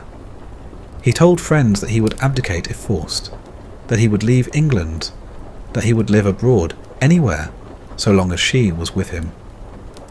Wallis did not respond with romance. She responded with silence. She loved him, but she had begun to fear what his love might destroy. Across each of these stories, the same slow ache had begun to set in. In Alexandria, Cleopatra stared into a future ruled by her late lover's enemies. In Paris, Josephine watched her husband drift into myth, leaving her behind in memory. In London, Wallis read headlines written in ink thick with hatred, and wondered if love alone could bear the weight. The conflicts were not always loud, they were sometimes as soft as a sigh. A letter unanswered, a door closed a second too quickly. A silence that, once comforting, had grown unfamiliar. And still they did not let go. Not yet. There is something about a bond formed under threat. It clings harder when torn. And these women, powerful in their own ways, had learned long ago that retreat was not always the safest path. They stayed. They endured. Even as love's early light grew dim beneath the long shadow of reality, even the most gilded of unions must endure the long twilight of doubt. These were not romances sheltered from the world. They were watched, weighed and whispered about, pressed beneath the expectations of entire empires. The first flush of passion, once so full of promise, had yielded to silence. Not a dramatic silence, but a quiet, stubborn distance, built not from hatred, but from exhaustion. In Egypt, the corridors of Cleopatra's palace no longer echoed with Caesar's footfalls. His death had altered everything. Though Cleopatra's political instincts remained sharp, the grief that followed was not just personal, it was strategic. Her position had been precarious even during Caesar's life.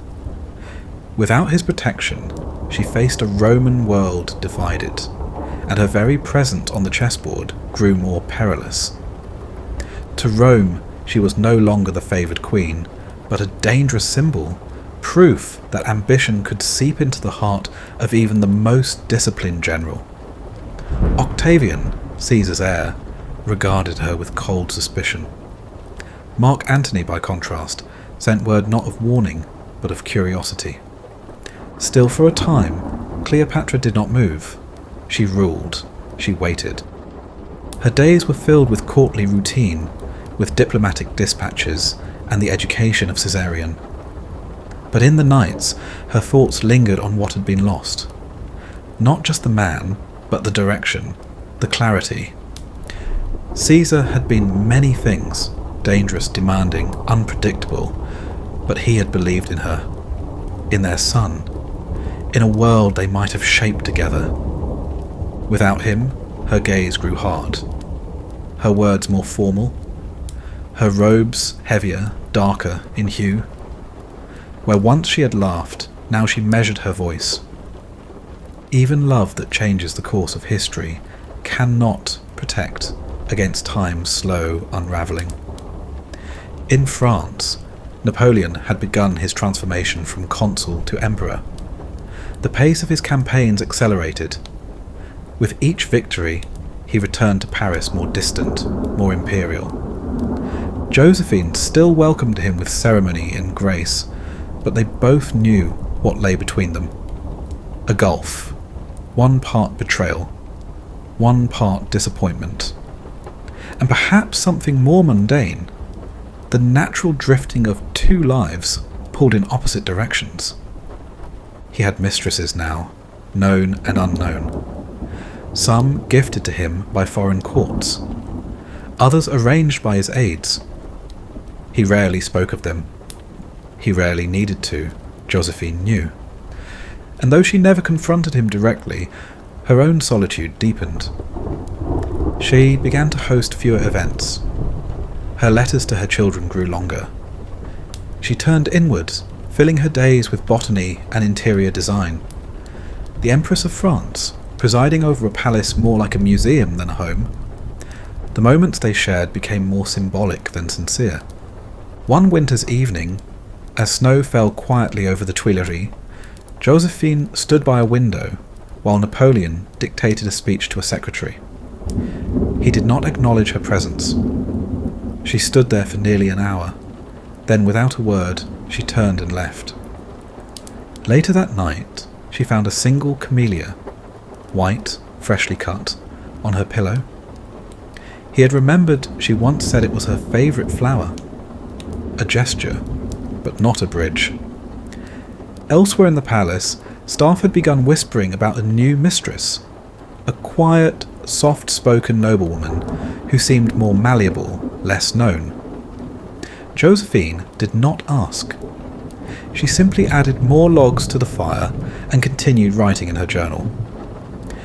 In England, the walls were closing in. Wallis Simpson, by now divorced and living independently, was no longer shielded from the fallout of her affair with Edward. She had become a national obsession and a national threat. British society, press and parliament had all reached a boiling point. The monarchy could not, they insisted, be made to accommodate her. The king was not just a man. He was the living emblem of the British Empire. And the empire, already strained by global unrest, could not afford scandal at its heart. Wallis received threats by the dozen. Protesters shouted outside her residence. Her name was spit with venom in newspapers and Parliament alike. She became the embodiment of everything the British public feared: moral decline, American influence, modern disorder. For Edward, it only deepened his resolve. He withdrew from official functions. He isolated himself at Fort Belvedere. His conversations with ministers became shorter, more curt. He stopped hiding the relationship, instead speaking openly about his intention to marry her, no matter the consequence. Wallis, watching this unfold from the quiet of her London flat, began to feel something new: despair. She never sought a crown. She had only ever wanted the man. But the man she loved had now entangled his entire kingdom in their affair, and with each passing week, the crisis escalated. Her friends, sensing disaster, encouraged her to flee, to Paris, to the countryside, anywhere but London. She hesitated. In one letter to a confidant, she wrote, "I fear he will tear the world down just to keep me, and I cannot ask him not to." Meanwhile, Edward sent her dozens of letters in the span of days. Some filled with devotion, others panicked, desperate. She did not respond to all of them. She could not. One evening, he called her from Windsor, his voice strained. "I will abdicate," he said. "You will be queen." She answered only, "Please wait." But he would not. Even now, decades later, scholars argue over whether she loved him as deeply as he loved her. But that question, perhaps, misses the point. She cared for him enough to try to stop him. He cared for her enough to ignore it. The distance between them, ironically, had never been greater. Across these stories, the strain was not a dramatic rupture, but a steady weathering. Cleopatra, without Caesar, faced a future of uncertain alliances. Josephine, beside Napoleon, watched herself fade from his gaze. Wallis, loved to the brink of crisis, found herself the unwilling centre of a national reckoning. And yet, all three women remained. Out of duty, fear, defiance, or devotion, it's hard to say. But they endured. Perhaps because some part of them still remembered the beginning, the soft spark, the hand that reached across the void, the name spoken once like a promise. But in these chapters, there are no promises, only pauses, distances, silences that grow heavier with each passing day. Still, even silence carries the shape of what once was. And in that shape, a trace of love lingers, fragile, distant, but not yet extinguished. There comes a point in every tale, quiet or thunderous, when the path bends. No longer a gentle meandering, but a decisive turning. Not always by choice, not always with warning, but suddenly the distance between past and future is bridged by a single event, a moment that cannot be undone. These are the moments when glances become consequences, when the heart, no matter how private, begins to shape the course of history. In Egypt, Cleopatra stood once again at the threshold of power, not with Caesar, but with a new Roman. Mark Antony had arrived in Tarsus not long after Caesar's death, flushed with victories, bold in his ambition. Unlike Octavian, who wielded caution like a sword, Antony moved through the world with theatrical ease, generous, charismatic, openly human. He summoned Cleopatra not as a diplomat, but as a spectacle. And she answered in kind. She did not arrive in a chariot, nor with soldiers. She sailed up the river Cydnus on a barge draped in purple sails, perfumed so richly that the scent travelled ahead of her. She reclined beneath a golden canopy, dressed as Aphrodite, attended by servants in the guise of cupids. It was a pageant of seduction, but also of sovereignty. Antony, so used to adoration, was stunned. Here was no timid monarch. Here was power, female, foreign, deliberate. Their affair began as myth, but its consequences would be painfully real. Their union, unlike her time with Caesar, was not shrouded in mystery. It was public, proud. They drank together, feasted nightly, even created their own courtly society, the inimitable livers, dedicated to pleasure and excess. Eventually they had children, twins, then another son. She called herself the new Isis, and he declared her Queen of Kings. Rome, watching from across the sea, did not laugh. It prepared for war. Octavian, calculating and cold, used the affair to build his case. Antony had abandoned Roman virtue, he argued. He had given himself to an Eastern temptress, fathered illegitimate heirs, and plotted against the Republic. Whether true or not, the narrative stuck. By the time Antony and Cleopatra realized the danger, it was too late. Their love, once intoxicating, had become a declaration of rebellion. And rebellion, Rome never forgives. In France, the turning point came not in a letter, but in a cradle. By 1809, Napoleon had declared himself emperor, and Josephine empress. Together they had presided over a transformed France. But their union had produced no heir. Napoleon, for all his conquests, remained without a son. And as his empire expanded, so did the pressure. Ministers, allies, even family members urged him to secure the dynasty. Josephine, nearing her mid-40s, could no longer bear children. The decision was excruciating. He still loved her. But love in this case bowed to legacy. In a formal yet deeply personal gathering, Napoleon informed her of his intent to divorce. Josephine did not scream. She did not plead. She listened. Then, with composure only years of court survival could produce, she nodded. "If it must be done," she said, "let it be done with dignity." Their separation was public but not cruel. Napoleon arranged for her to keep the title of Empress, her properties, her dignity. He wept during the proceedings. Even as he married Marie-Louise of Austria months later, a young archduchess chosen for alliance and fertility, his heart, many said, remained elsewhere.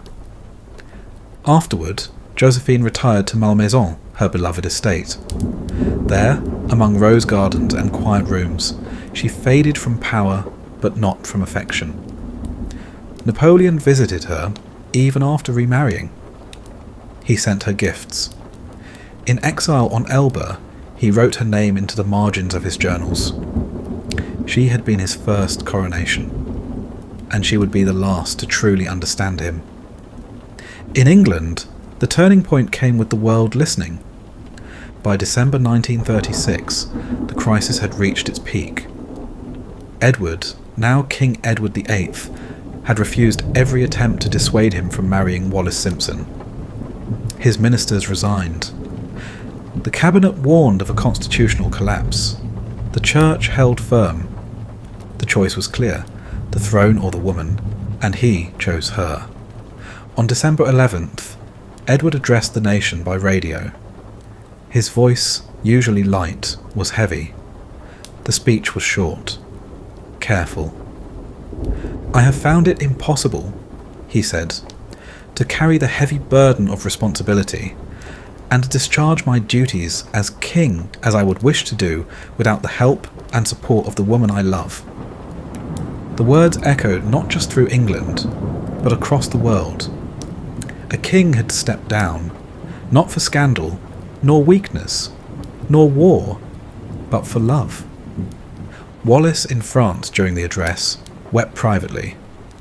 She had begged him not to abdicate. She had offered to end the relationship. But Edward had refused. He would not be king without her. So, he would not be king at all. Their reunion weeks later was both joyous and strained. The press hounded them. Friends vanished. The new king, Edward's brother George VI, refused to grant Wallis the title of Her Royal Highness. The royal family cut ties almost entirely. They married in France in a modest ceremony attended by a handful of guests. No royal family members were present. Wallis wore a pale blue gown. Edward, now the Duke of Windsor, looked older, smaller, but his smile, for that moment, was genuine. The world turned. 3 stories, 3 moments of irreversible change. Cleopatra and Antony, united in defiance, now marked for war. Napoleon and Josephine, separated by dynasty, joined only by memory. Edward and Wallis, cut off from crown and country, clinging to each other. These were not endings but inflection points. The moment before armies march, the pause before exile, the stillness before history hardens. Each choice was personal, but each reshaped empires. And yet, even here, among declarations and dissolutions, there were quiet moments. Moments too soft for textbooks. The way Cleopatra touched Antony's arm during council. The way Napoleon reached for Josephine's hand before turning to leave. The way Edward looked at Wallis, not with triumph, but relief. Love, at its peak, can demand everything. And sometimes it is given. Even as the sky darkens, the flame burns, fierce, fragile, unforgettable. and so the axis turned. Where once there had been courtship, letters, and longing glances beneath torchlight, there was now something heavier. Decisions made, doors closed, love still present perhaps, but no longer light. These were not merely stories of passion anymore, they had become sagas of consequence. In the eastern Mediterranean, war stirred like a storm on the horizon. The alliance between Cleopatra and Mark Antony had matured into something undeniable. Together they governed a coalition of territories stretching from the Nile to the eastern provinces of the Roman Empire. They issued proclamations, minted coins bearing their joint images, and raised their children not only as heirs, but as symbols of a new world order, one that challenged Rome's singular authority. It was bold, too bold. Octavian, ever patient, ever watching, struck not with swords but with speeches. He painted Antony as a traitor, bewitched by an eastern queen. He claimed Antony had betrayed Rome by handing over territories to Cleopatra and their children.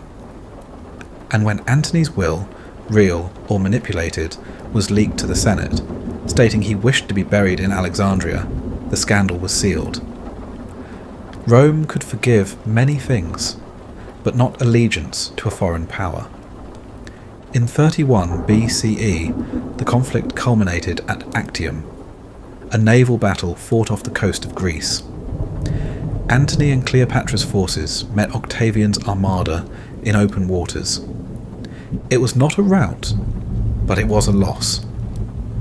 As the tides turned and defeat loomed, Cleopatra's ship turned from the fight. Antony, seeing her sails retreat, followed, abandoning command to be with her. Historians would debate the strategy for centuries, but the fact remained, they fled together. Back in Egypt, the dream began to crumble. Their remaining forces were scattered. Support evaporated.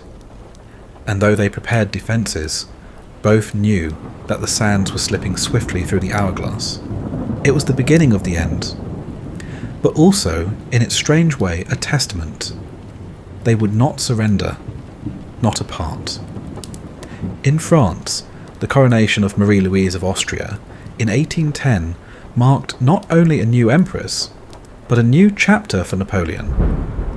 He now had a bride from one of Europe's most established royal houses, and soon he would have a son. Josephine, by then settled at Malmaison, read the news with calm acceptance.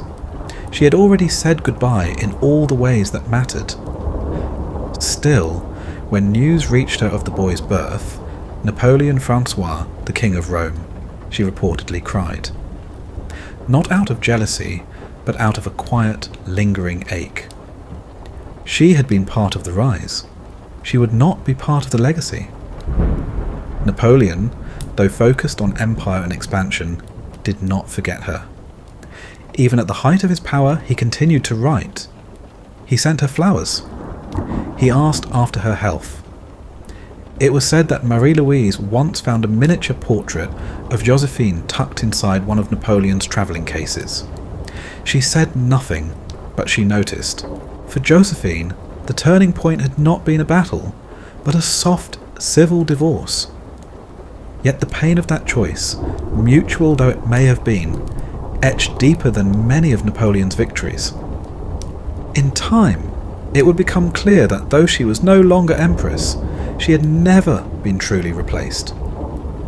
In England, the Duke and Duchess of Windsor, titles now given to Edward and Wallis, began their life in exile. They settled in France in a house lent to them by wealthy friends.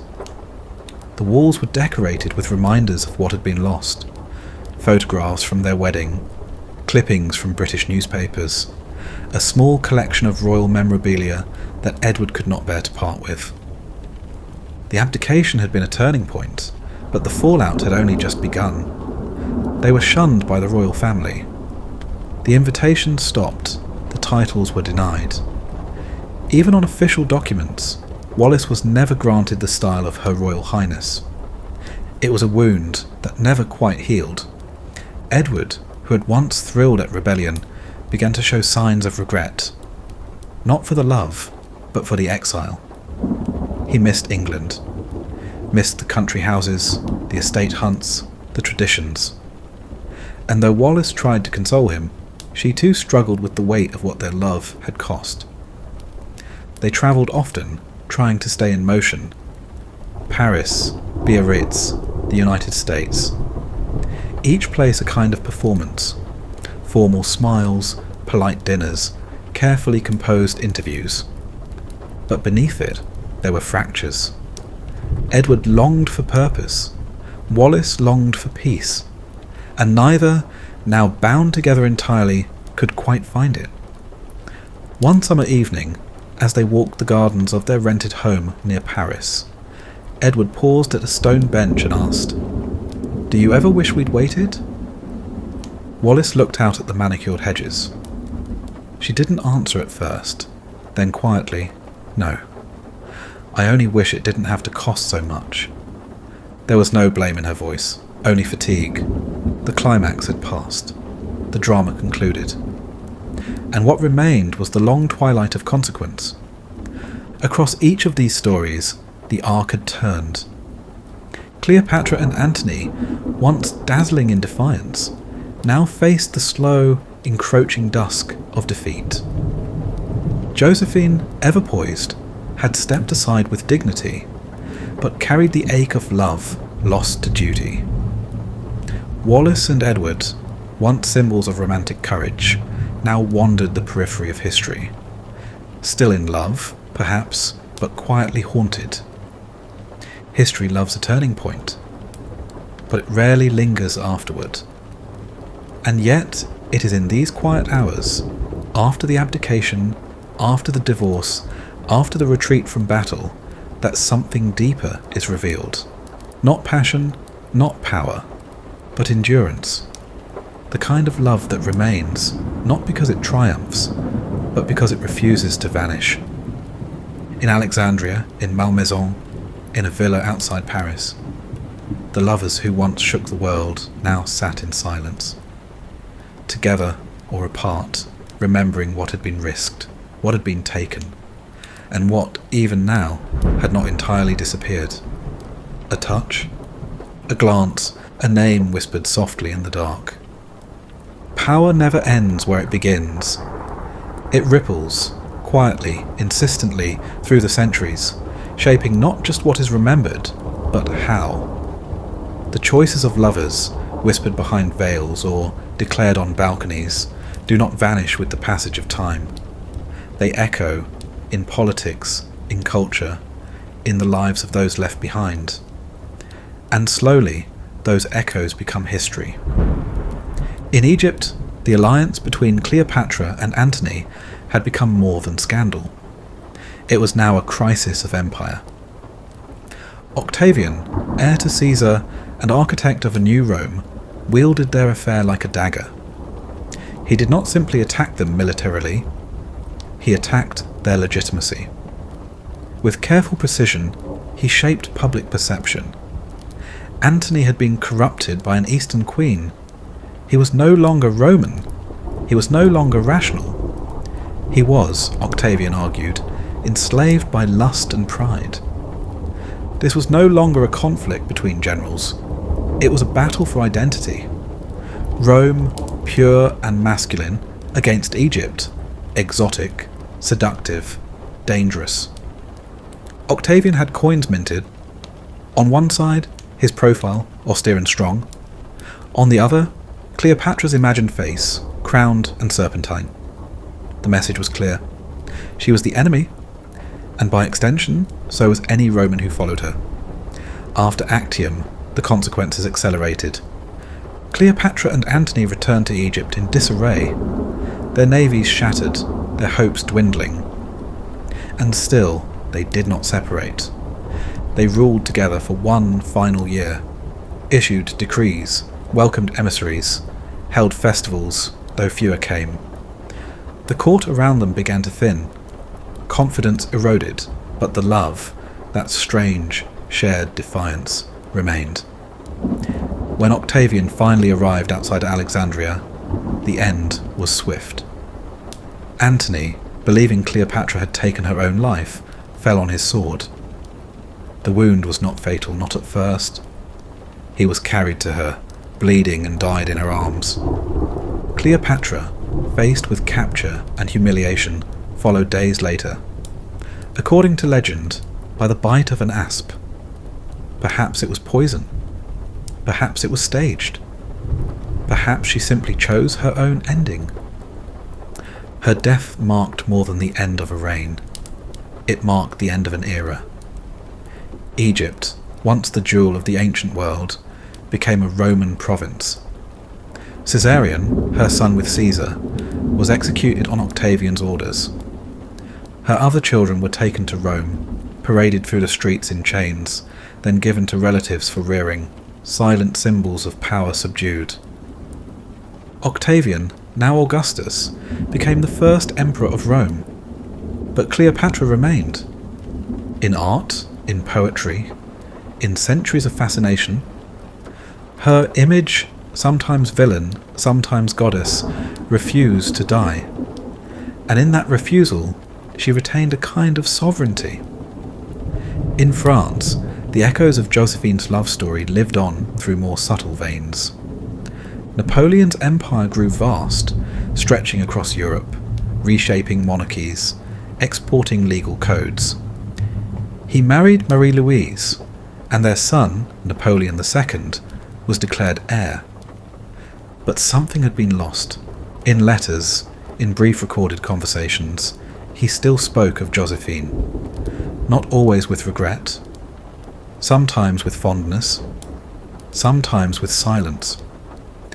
At Malmaison, Josephine cultivated a different legacy. Her estate became a haven of art and flowers, of quiet refinement. She hosted dignitaries, corresponded with scientists and botanists. She nurtured her grandchildren and preserved Napoleon's memory without bitterness. When Tsar Alexander I visited France after Napoleon's first abdication, he made a private visit to Malmaison. He walked her gardens, sat in her parlour, spoke with her gently. And days later, Josephine fell ill. She died in the spring of 1814, surrounded not by courtiers, but by roses. Napoleon, upon hearing the news in exile, did not speak for hours. He closed himself in his chamber and emerged only to ask if her portrait could be hung in his tent. She had outlived their marriage, outlived the empire even, and yet, in the quiet, she endured. In England, the Duke and Duchess of Windsor navigated a different kind of consequence. Without title or country, they became global nomads. Welcomed politely, never warmly. They visited New York, dined with industrialists, attended society events, but always as curiosities, symbols of a kingdom exchanged for love. Edward missed England more than he admitted. He wrote long letters to his brother, to his nieces. He offered to return, to serve in any capacity, even during World War II. His offers were declined. Wallis, pragmatic to the end, adapted. She cultivated an image, glamorous, enigmatic. She smiled at the cameras. She published memoirs. But in private, she complained of boredom, of restlessness, of feeling erased. The couple did not drift apart, but they did grow still. Years passed. Edward's hair greyed, his posture stooped. Wallis, ever composed, kept their schedule meticulous. Birthdays, anniversaries, dinners. Yet in their home, the clocks ticked louder. When the Queen, Elizabeth II, ascended the throne, there was no reconciliation. The fracture remained. Only in 1972, as Edward lay dying, did his brother's family reach out. The Queen visited Wallis in Paris. The gesture, though formal, offered some closure. Edward was buried at Frogmore near Windsor Castle. Years later, Wallis was laid beside him. They were not celebrated, but they were remembered. Their love so costly, had reshaped a monarchy, and in doing so had cast a long shadow, one still debated today. Each of these love stories, different in style and scale, changed more than hearts. They changed nations. Cleopatra's choices reshaped Rome's identity. Josephine's loss shifted the line of succession in France. Wallis's presence altered the very course of British monarchy, and beyond politics, they shifted culture. Poets wrote of Cleopatra. Fashion designers invoked Josephine. Biographers dissected Wallis. Their lives became parables, about love and loss, about power and price. And yet, beneath all the noise, there remained something human. They were not symbols to themselves. They were simply women who loved, and were loved, by men who carried the weight of empires. The echoes continue, in portraits that hang in quiet galleries, in dusty scrolls that speak of Egypt's last queen, in memoirs tucked into antique bookshops in Paris, in grainy photographs of a man and woman walking, arm in arm, toward a future no crown could protect. History moved on, but it did not forget. History is not written only in victories or treaties, but in the long shadows cast by personal decisions, those made in moments of desire, defiance, or devotion. What begins in the private world of affection can spill outward, touching borders, crowns, and generations. The aftershocks of love rarely end with its parting.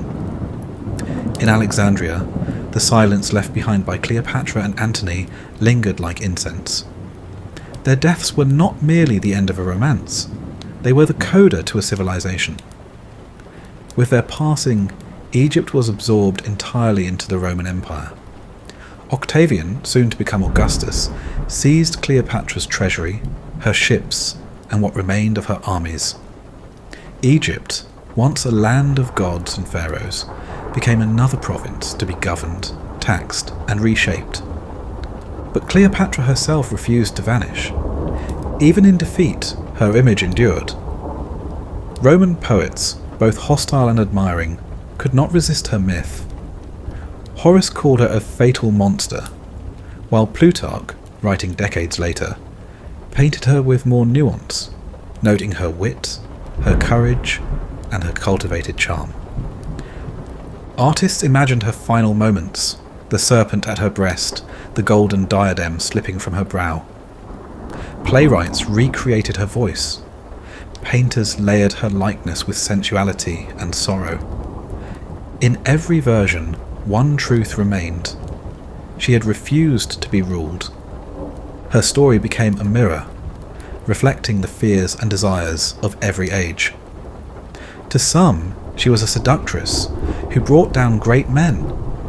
To others, she was a sovereign undone by love. But always she was remembered, and through that memory her influence lingered. Even centuries later, rulers would evoke her name. Napoleon carried her image on campaign. Elizabeth Taylor, centuries after, would wear her crown on the silver screen. Her face became more than a face. It became a symbol of the woman who dared. And in her daring, she shaped the empire that had tried to erase her. In France, the ripples of Josephine's life moved quietly but deeply. She never ruled after the divorce.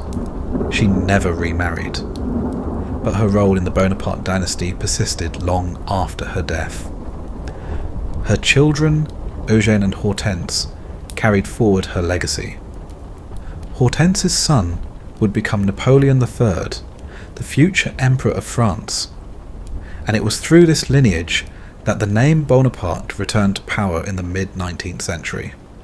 Josephine, though cast aside in her own time, became the matriarch of the empire's second act.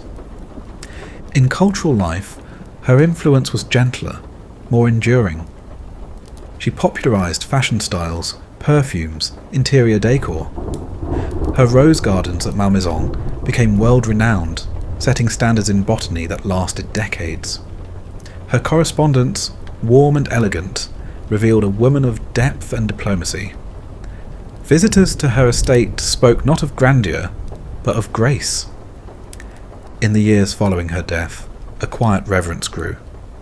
Napoleon himself, exiled on St. Helena after his final defeat, kept a small portrait of her on his bedside table.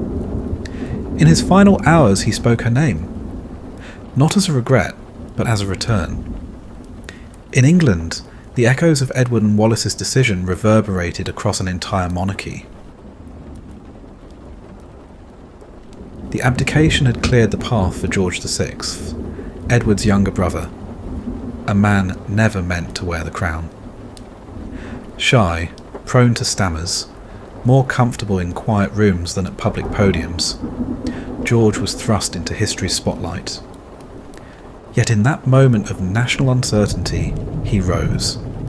His reign saw the Second World War, the Blitz, and the steady decline of the British Empire. And by his side stood Elizabeth Bowes-Lyon, Queen Consort, later known as the Queen Mother. Together they steadied a shaken nation. Their daughter Elizabeth would go on to become one of the longest reigning monarchs in British history. Had Edward remained king, none of this would have happened. Wallis, though never welcomed into the royal family, watched this unfold from afar. She sent carefully worded letters, some ignored, some politely answered. She posed for photographs with European socialites, attended charity galas, and received guests with practiced charm. But she was no longer central. She was an echo. In their later years, the Windsors settled into a pattern, part companionship, part performance. Their home in Paris became a kind of museum. Edward collected royal artefacts. Wallis arranged the furniture. They hosted luncheons, remembered birthdays, dressed impeccably. But the world moved on. After Edward's death in 1972, Wallis became increasingly withdrawn. She avoided public appearances. Her health declined. By the time she passed away in 1986, she was nearly blind, mostly deaf, and speaking only in brief, scattered phrases. Still, she was buried beside him at Frogmore, not with state honours, but not forgotten. And in the years that followed, their story, so scandalous, so divisive, found a new lens. Some saw tragedy, others romance. Still others, a cautionary tale. But whatever the view, it remained a story that altered the arc of a nation. These three affairs, each controversial, each condemned by their own societies, eventually reshaped the very structures that opposed them. Cleopatra's love became a turning point in Rome's transition from republic to empire. Josephine's bond with Napoleon altered succession lines and softened imperial image. Wallis's presence caused a king to abdicate, changing the course of 20th century monarchy. But perhaps the greatest echo was this: they forced the world to confront the humanity behind the crown. Each woman, powerful in her own right, had stood not only beside rulers, but in their hearts. And through them, love proved not to be weakness, but a force that rivals war, diplomacy, and time. Their stories are no longer whispers in marble halls. They are etched into history, not as wives or consorts, but as catalysts. Their names are spoken still, not because they obeyed, but because they endured. And in that endurance, they shaped the world more deeply than perhaps even they knew. Time does not halt for queens or emperors. It drifts onward, brushing away banners and ballots alike, wearing down even the most gilded crowns. In the softening twilight of power, the voices of lovers grow quieter. Grand declarations give way to smaller rituals. Letters kept in drawers. Portraits turned slightly toward the light. Gardens walked alone at dusk. And eventually, even those fade too. It is here, in the hush after the storm, that history's most scandalous love affairs find their final shape. Not in triumph, but in farewell. Let us return once more to Egypt, now subdued beneath Roman rule. Cleopatra's death, though swift, did not end her presence. Her tomb, its exact location still lost to the sands, was said to rest near the sea, near where Antony was laid beside her. A final reunion in stillness. But the days after her death were not peaceful.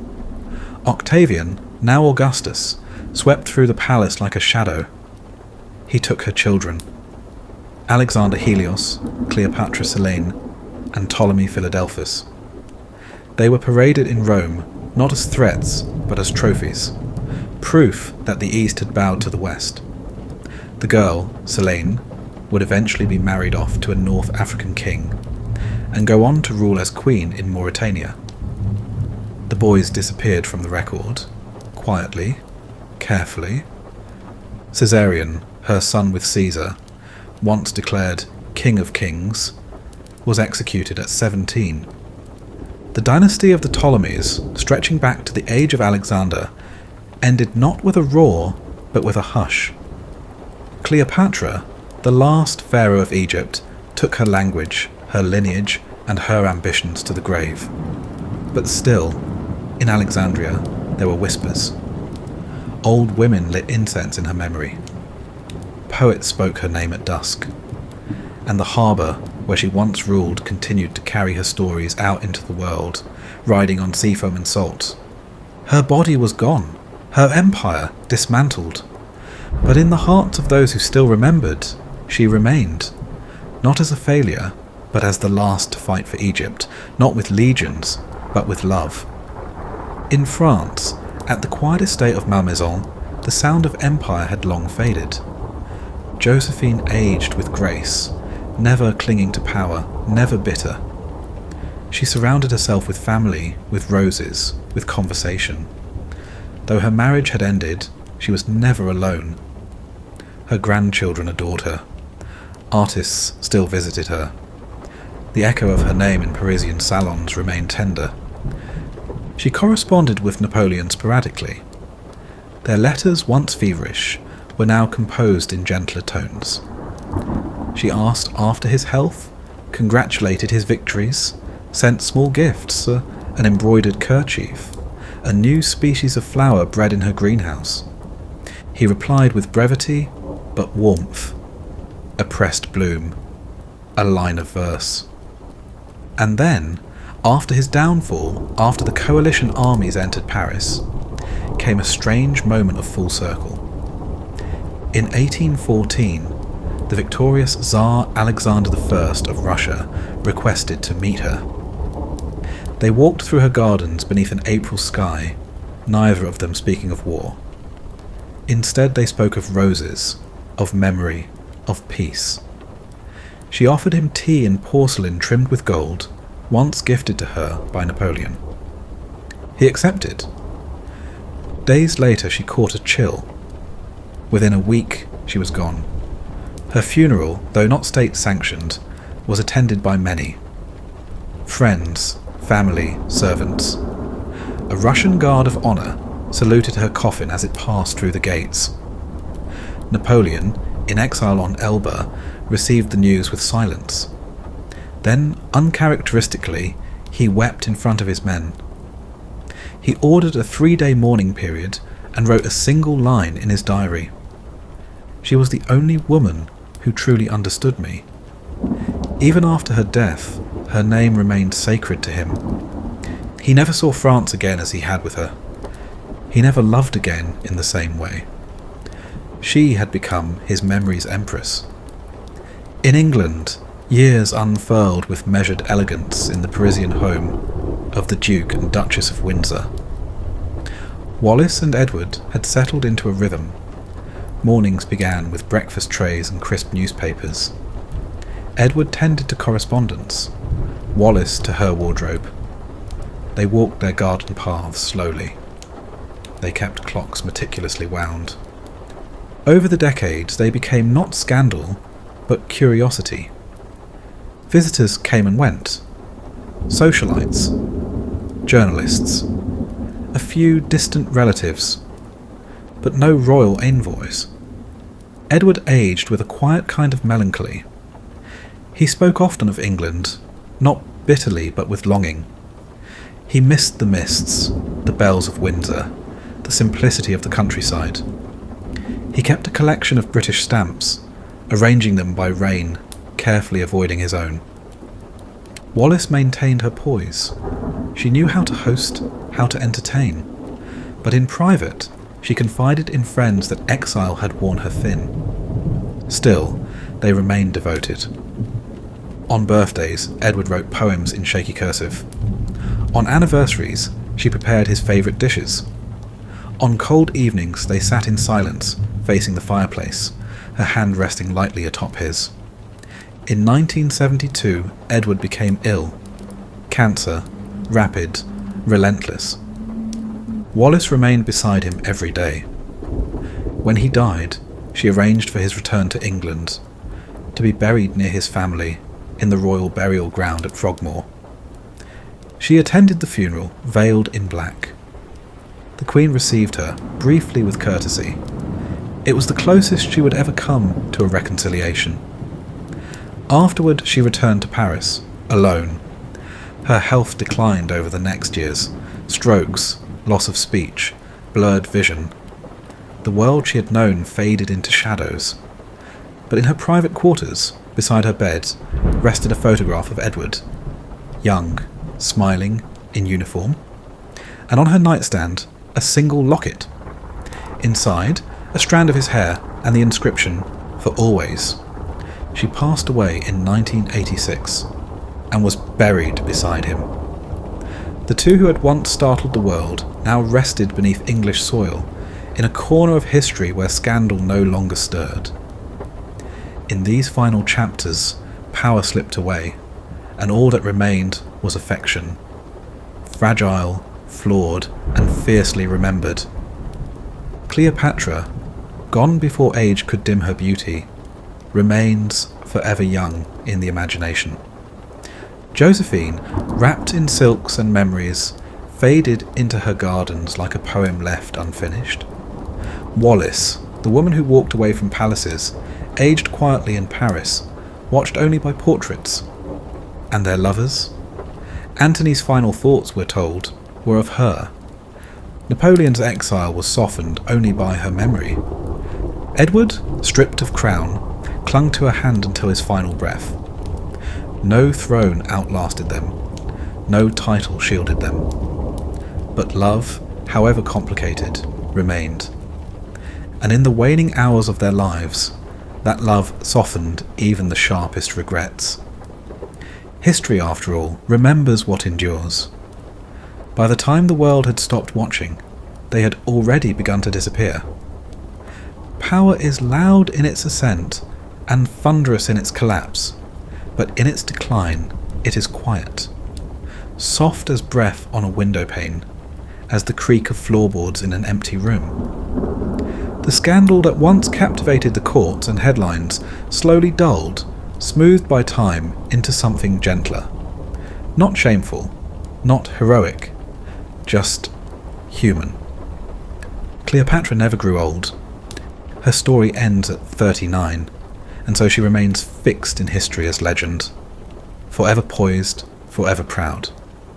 But her legacy aged in her absence, shaped not by her own hand, but by others who tried to make sense of what she left behind.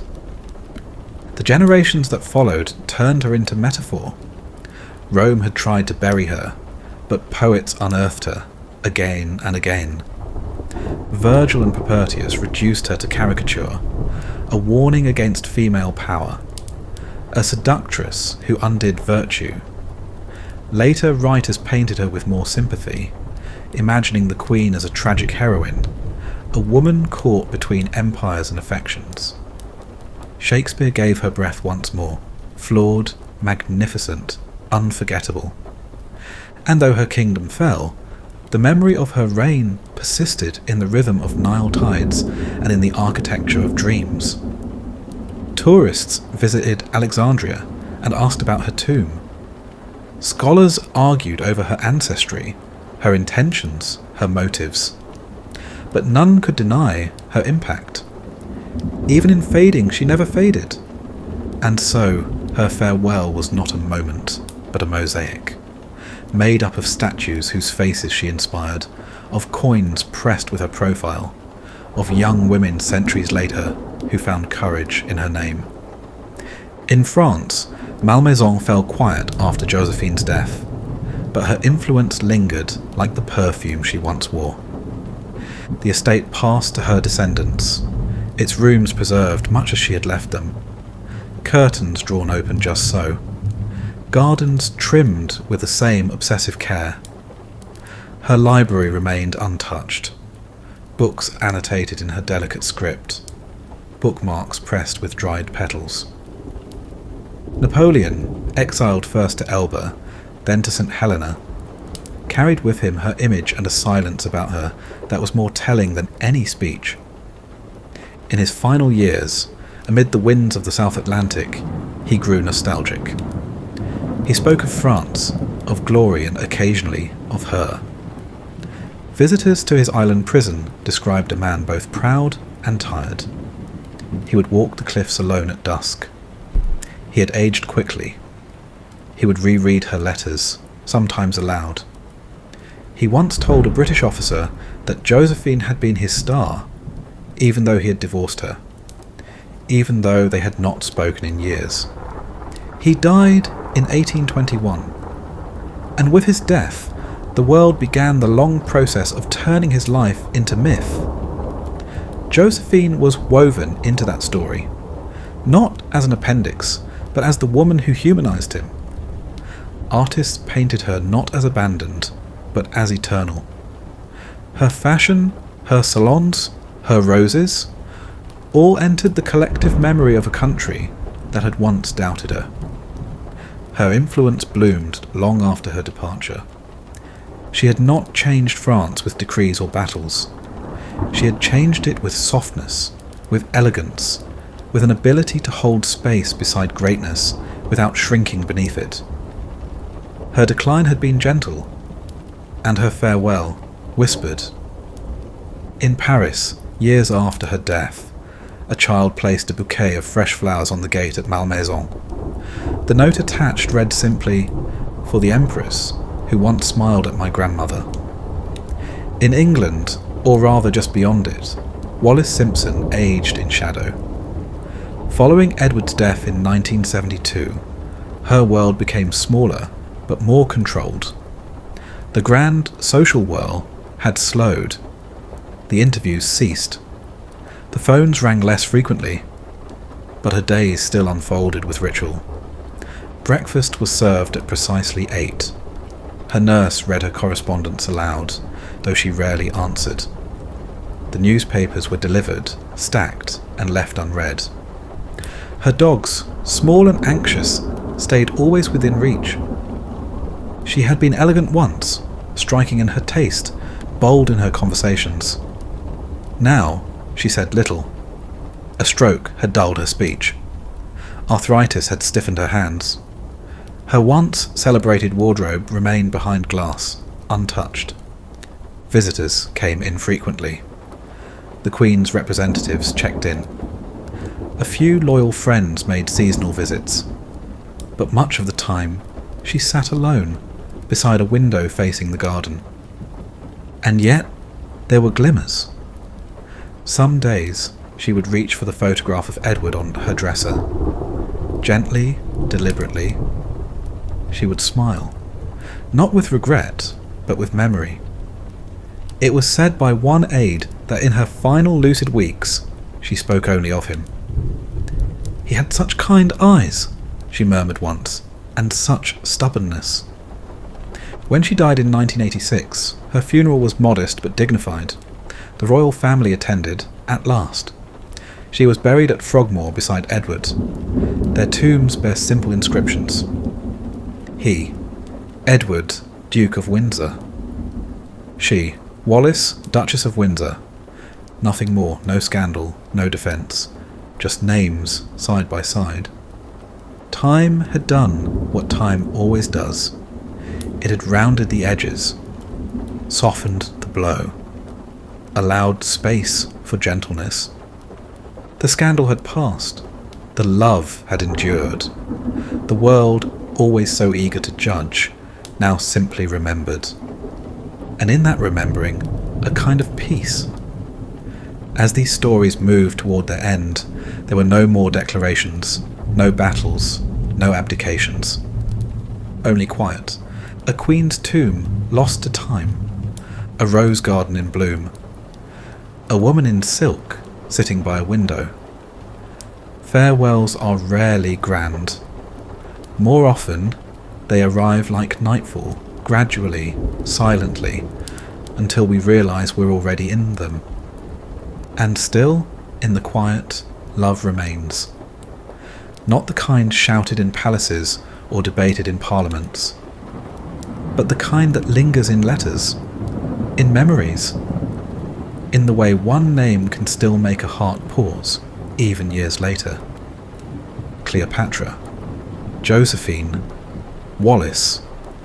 3 women who outlasted their time, not because they ruled, but because they were loved and remembered. Now, at the edge of their stories, history grows still. The echoes of love, once loud enough to shake thrones, now settle into softer chambers. Not forgotten, but refigured. The lovers are no longer judged by the scandals they caused, but by the shape they left in the world, by the imprints in memory, art, and imagination. What remains after the final curtain is not the spectacle, but the legacy. Not the fire, but the glow. Let us return to Alexandria one last time. Cleopatra's tomb has never been found. Searches have continued for centuries. In deserts, in catacombs, along the old harbour walls. Scholars dig, divers descend, satellites scan, but she remains hidden, elusive even in death. And yet she's everywhere. In museums, her profile adorns coins, carved in striking relief. In literature, her name threads through epics and tragedies. In opera and ballet and cinema, she returns, draped in gold, wrapped in silk, commanding with a glance. And in classroom, still, she provokes questions about power, about womanhood, about what it means to rule in a world that fears you. Her actual reign, its policies, its struggles, has often been overshadowed by her image. And yet, that image itself is a legacy. She was never content to be defined by others. She spoke her people's language. She aligned herself with gods. She bent Roman power towards her own ends, even as it sought to absorb her. And when defeat came, she chose the terms of her own departure. In doing so, she became not a cautionary tale, but a symbol. Not just of seduction, as Roman propaganda insisted, but of sovereignty, of agency, of intellect in a world that mistook ambition in women for danger. Children still learn her name before they learn the names of the generals who opposed her. Her legacy is not a monument of stone, but of memory. And memory, once ignited, cannot be conquered. In France, the shadows cast by Josephine are subtler, but no less enduring. The empress who began as a widow in peril and rose to the highest throne in Europe did not leave behind manifestos or sweeping reforms. She left behind beauty, resilience, style. She left behind a vision of femininity that was not ornamental, but powerful in its restraint. Her name lives on in roses, in perfume, in porcelain patterns. Her presence can still be felt in the faded corridors of Malmaison, where the light falls just so across her writing desk, and the scent of old flowers lingers in the wallpaper. Napoleon, in his great rise and greater fall, remains the centerpiece of French imperial history. But within his story, Josephine serves a more human role. She was not his weakness, She was his mirror, reflecting his intensity with grace, meeting his restlessness with poise. And she did something few others could. She endured him. Even after he left her. Even after history left her behind. In a letter written by Hortense, her daughter, years after Josephine's death, she writes, "She taught me that a woman's greatest strength is not in how she resists the world, but how she remains herself within it. That too is legacy. To have been loved, to have been remembered, and to have left the world more tender than you found it." In England, the Duke and Duchess of Windsor were buried side by side beneath a sky they had once given up everything to leave. Their home in Paris, tucked behind high walls, has since been turned into a museum of sorts, part shrine, part curiosity. The gowns remain on mannequins. The photographs hang in polished frames, and the air inside still carries a kind of hush, as though they might return at any moment, late from dinner, laughing quietly down the hall. Wallis's dresses are studied now by historians of fashion. Her jewellery appears at auctions, always with stories attached. Edward's letters, once guarded, now archived, reveal a man more fragile than the world ever knew, and more devoted than he was ever allowed to appear. Their legacy is more complicated than the others.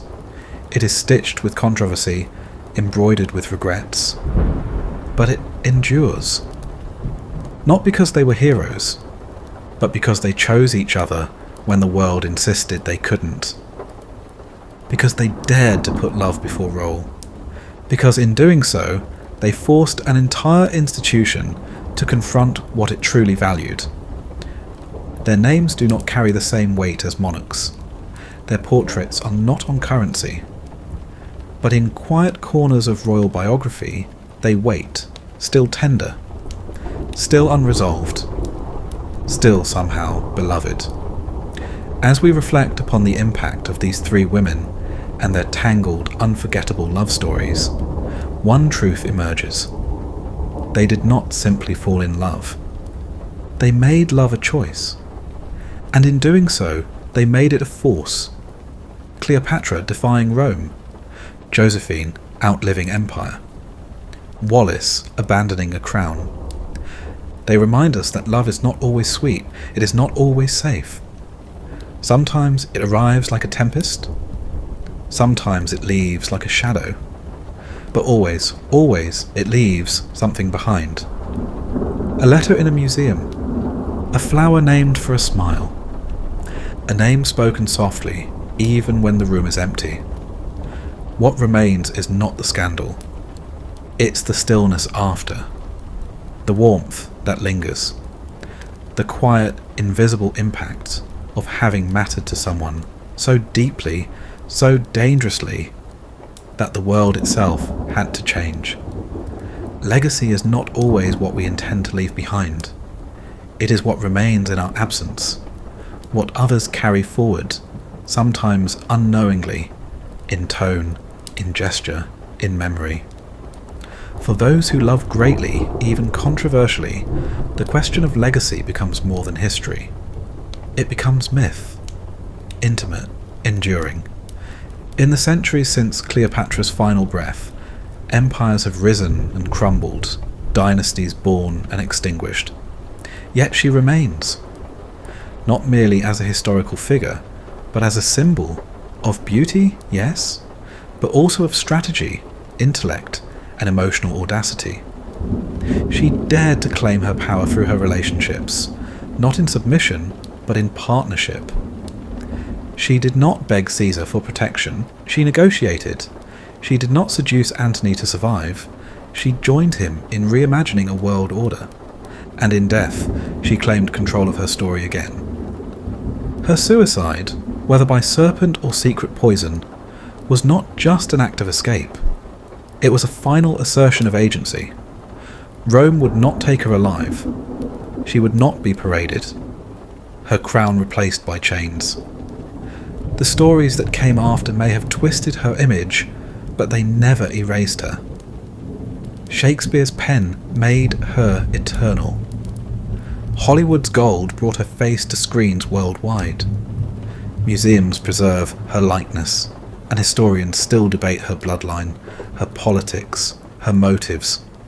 But beyond all of that, in the quiet, she continues to whisper to those who listen that love can be powerful, that femininity can be strategic, that to rule does not always require a sword. In France, the legacy of Josephine is not loud. It is not recited in national anthems or etched into monuments, but it is persistent, woven into the fabric of elegance itself. When women wear soft empire waist gowns, trace floral motifs, or walk through glass conservatories filled with roses, they move through echoes of her world. She left behind no political reforms, no military victories, but she softened an age hardened by revolution. Her salons became sanctuaries for music, for conversation, for civility. Her patronage of the arts brought forgotten painters and poets back into the public eye, and her compassion, though rarely recorded in formal history, became legendary among those who served her. Long after Napoleon had been buried, after his son died young, after his name was carried on by nephews and cousins, it was Josephine's memory that softened the edges of the Bonaparte legacy. She made it human, and that too is an impact. Her story became a subtle guide for future empresses and consorts, not just how to rule beside power, but how to weather it, survive it, and age with dignity. The rose named for her, Rosa Empress Josephine, still blooms, pale pink, delicately fragrant, a living heirloom rooted in a garden she once touched. And in England, or rather in the quiet places where royal secrets linger, the name Wallis still stirs reflection. She did not write policy. She did not raise a dynasty, but she changed the British monarchy in a way no law ever did. Her love for Edward and his devotion to her forced an institution to face itself, to weigh tradition against humanity, to decide whether the heart of a king belonged to his country or to himself. And that choice, so shocking at the time, has had ripple effects long beyond their lifetimes. In decades since, the monarchy has grown more flexible, more personal. Marriages once unthinkable are now accepted. The idea that a royal can marry for love, not arrangement, can trace its modern foundation to the abdication crisis of 1936. It is no small irony that Queen Elizabeth II, the niece of Edward VIII, oversaw a royal household where her own children, and later grandchildren, chose partners for love, often against expectations. Perhaps, in some hidden corner of her mind, Wallis remained. Not as a threat, but as a turning point. As for Wallis herself, her impact is also aesthetic, cultural, emotional. She defined elegance in exile. Her style, once controversial, became iconic. Her witty letters, sharp commentary, and uncompromising taste inspired generations of designers and journalists. But perhaps her greatest legacy was her clarity. She never pretended to be something she wasn't. She never asked for a throne, only for love and the freedom to receive it. And though that request shook a nation, it also softened the institution she once stood outside of. In the end, that is the quiet power of these women. Each shaped the world around her not only through her presence, but through her endurance. They survived what others could not. Cleopatra, surviving exile, civil war, and the gaze of Caesar. Josephine, surviving prison, revolution, and the loss of a throne. Wallis, surviving exile, rejection, and being loved too loudly. They remind us that legacy does not always shout. It often hums. in the way a room still feels like someone's after they've left, in the way a name can cause silence, in the way memory sharpens around those we cannot replace. Their stories continue not only in books, but in decisions people make, in the courage they find to love boldly, to walk away when needed, or to stay even when it hurts.